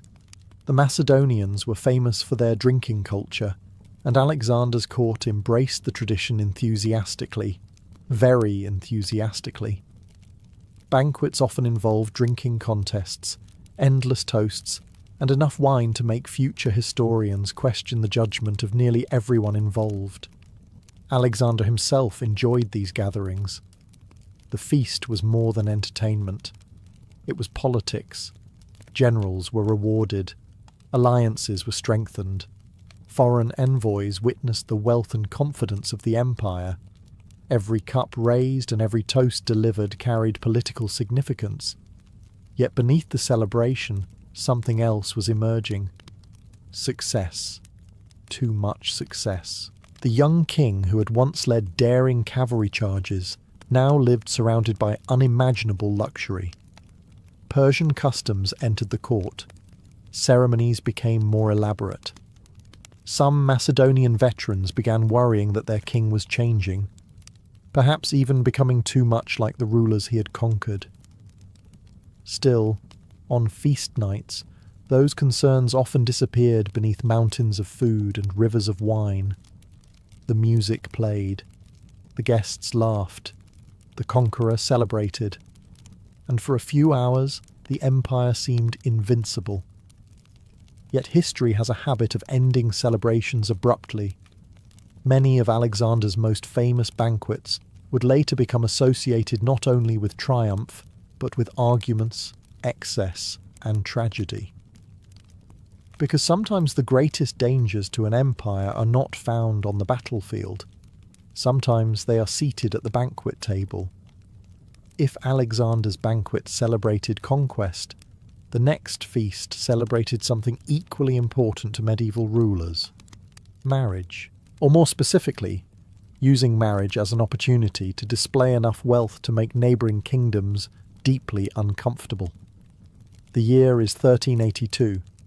England's young king, Richard II, is marrying Anne of Bohemia. The union is politically important, linking England with powerful allies in Europe. But politics alone does not impress medieval nobles. For that, you need a feast. A very large feast, preferably one involving enough food to feed several villages. The celebrations begin long before the first dish reaches the table. Nobles travel from across England and beyond to attend. Great lords arrive with their retinues. Knights display expensive clothing. Church officials gather in ceremonial splendour. Everyone is watching everyone else. Medieval feasts were social battlefields disguised as dinner parties. Status mattered. Seating arrangements mattered. Who spoke to the king mattered. Even who received the best portion of food could become a matter of pride. As guests enter the great hall, they find a scene designed to overwhelm. Long tables stretch across the chamber. Colourful banners hang from the walls. Candles and torches illuminate polished silver and gold. Musicians perform, while servants move constantly between kitchens and dining areas. The scale alone is impressive. Then the food begins arriving.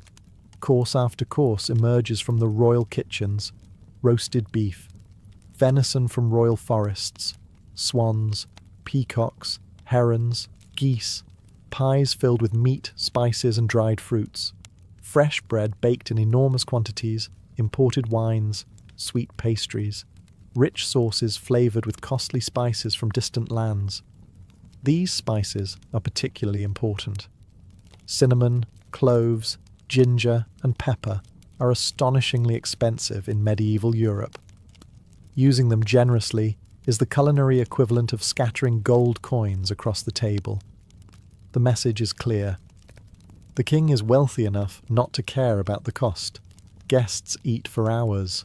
Entertainment fills the spaces between courses. Minstrels perform songs. Stories are recited. Jesters attempt to amuse noble audiences who are often much harder to entertain than they believe. Some succeed. Most do their best. Throughout the evening, Richard II sits at the centre of attention.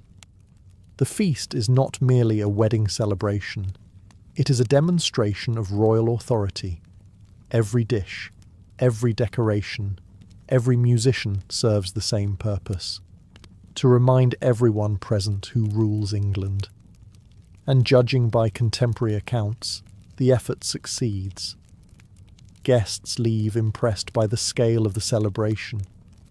But compared to what awaits at the court of Burgundy in the next chapter, even this magnificent wedding feast will seem almost restrained.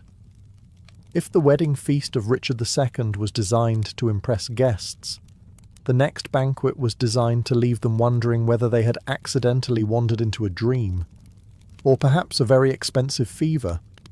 The year is 1454, the location is Lille, in the powerful Duchy of Burgundy, and the host is Philip the Good, one of the wealthiest rulers in Europe. Burgundy at this time is astonishingly rich. Its cities thrive on trade. Its court is famous for luxury. Its nobles compete constantly to display elegance, wealth, and sophistication. Naturally, when Philip decides to host a feast, moderation is not invited. The event becomes known as the Feast of the Golden Pheasant. Even the name sounds expensive. Guests arrive expecting something extraordinary. They are not disappointed. The great hall is transformed into a world of spectacle. Elaborate decorations cover every surface. Rich fabrics hang from walls. Golden ornaments gleam beneath candlelight. Musicians fill the room with music while servants move in carefully organised formations. Then the entertainments begin, and this is where things become truly unusual. Medieval feasts often included performances. This feast includes entire theatrical productions. Mechanical devices roll through the hall. Actors perform dramatic scenes. Artificial castles appear. Mythological creatures are displayed.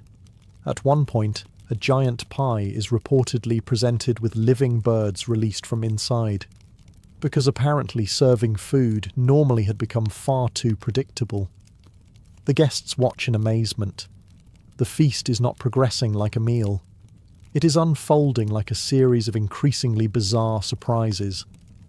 Course after course arrives: roasted game, exotic birds, fresh fish, rich sauces, sweet pastries, rare wines, every dish prepared with extraordinary care, every presentation designed to attract attention.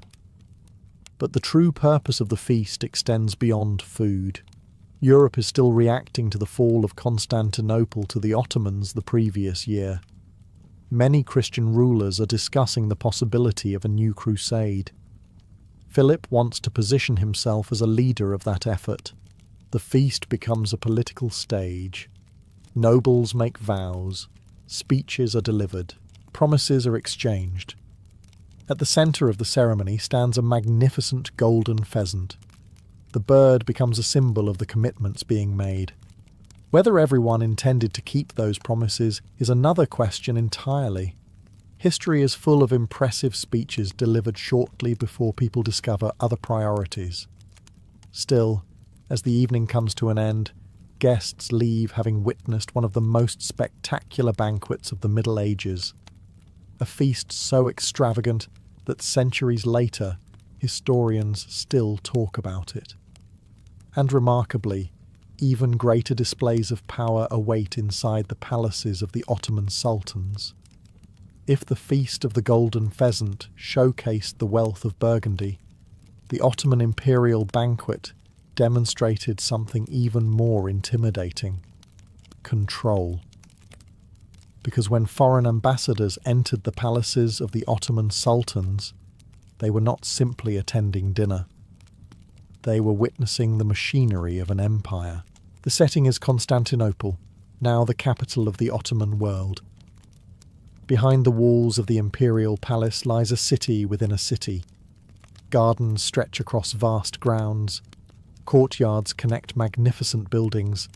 Guards stand at every important entrance. Everything is organised. Everything is deliberate. Nothing is accidental. Foreign envoys arriving at the palace often expect noise and chaos from such a massive court. Instead, they encounter discipline. The silence alone is unsettling. Hundreds of officials move through the palace performing their duties with remarkable precision. Servants, administrators, soldiers and attendants seem to operate as parts of a single machine. Visitors quickly understand the intended message. This empire is powerful, and it knows exactly what it is doing. When banquet time arrives, guests are escorted into grand halls prepared for the occasion. The decorations are impressive but not excessive. Unlike many European courts, the Ottomans often prefer controlled magnificence rather than theatrical extravagance. The confidence of the empire does not require giant pies filled with birds. Although one suspects some ambassadors might have appreciated the effort, the food begins arriving, and it arrives in astonishing quantities. Rice dishes scented with spices, roasted lamb, tender poultry, fresh fish, stuffed vegetables, sweet pastries dripping with honey, fruits gathered from provinces stretching across 3 continents. Every region of the empire seems represented on the tables. The meal itself becomes a map of Ottoman power. Guests sample dishes influenced by Turkish, Arab, Persian, Balkan and Mediterranean traditions. Each bite reminds them just how vast the empire has become. Yet the food is only part of the experience. The true purpose of the banquet is diplomatic. Ambassadors carefully observe everything around them: the clothing of officials, the behaviour of guards, the efficiency of servants, the wealth displayed throughout the palace. Every detail provides information. Every detail sends a message. At the centre of it all sits the Sultan, calm, controlled, confident. Unlike rulers who constantly seek attention, the Sultan often appears almost detached from the spectacle surrounding him. And that restraint can be more impressive than any display of extravagance. Because the greatest power is not always the loudest. As the feast continues late into the evening, many foreign visitors come to the same conclusion. They have not merely attended a banquet, they have witnessed one of the most powerful governments on earth presenting itself at its absolute best. And in the next century, one king in France will attempt to make even that seem modest. If the Ottoman sultans used banquets to demonstrate control, King Louis XIV of France turned dining into something altogether different: a public performance. At the Palace of Versailles, even eating dinner became a form of royal theatre, and the star of the show was always the king. By the late 17th century, Louis XIV had transformed himself into the most powerful monarch in Europe. He called himself the Sun King, and like the sun, everything in his world was expected to revolve around him, including supper. The setting could hardly be more magnificent. Versailles glittered with gold, mirrors, marble, and endless gardens. Hundreds of nobles lived at court, competing constantly for royal favour. And when the king sat down to eat, many of them gathered simply to watch.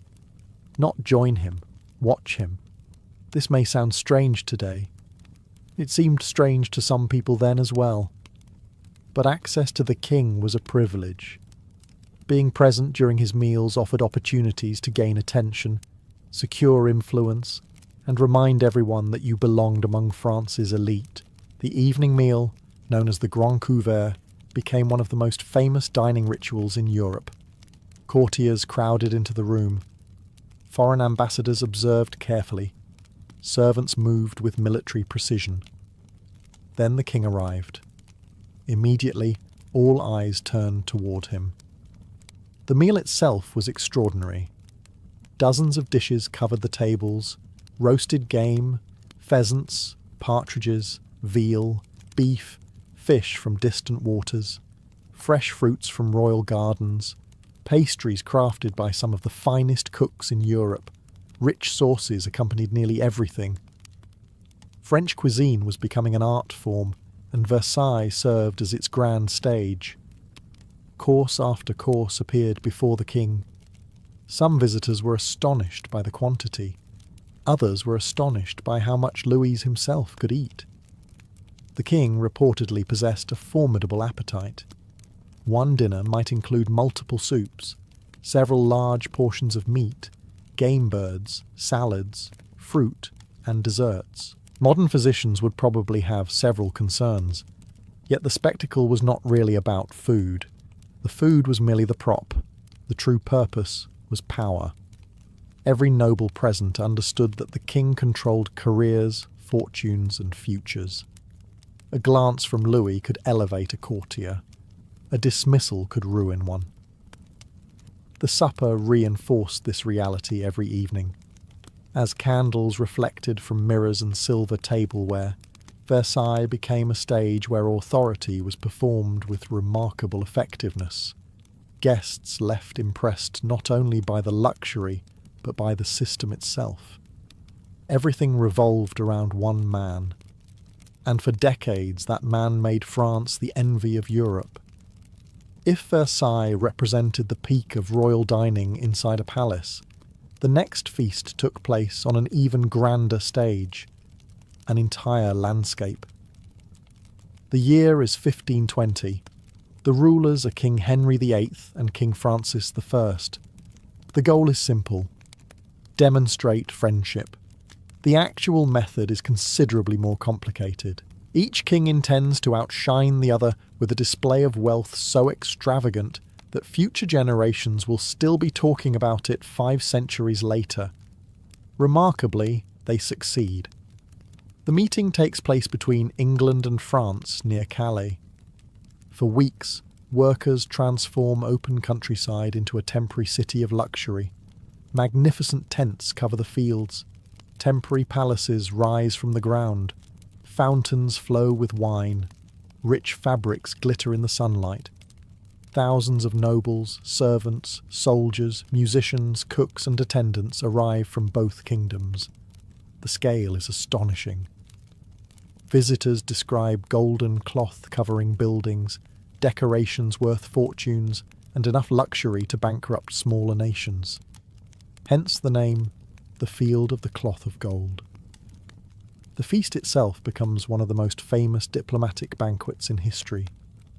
Every day brings new entertainments, banquets, tournaments, masquerades, dancing, music, archery contests, wrestling matches, and endless opportunities for each king to demonstrate his magnificence.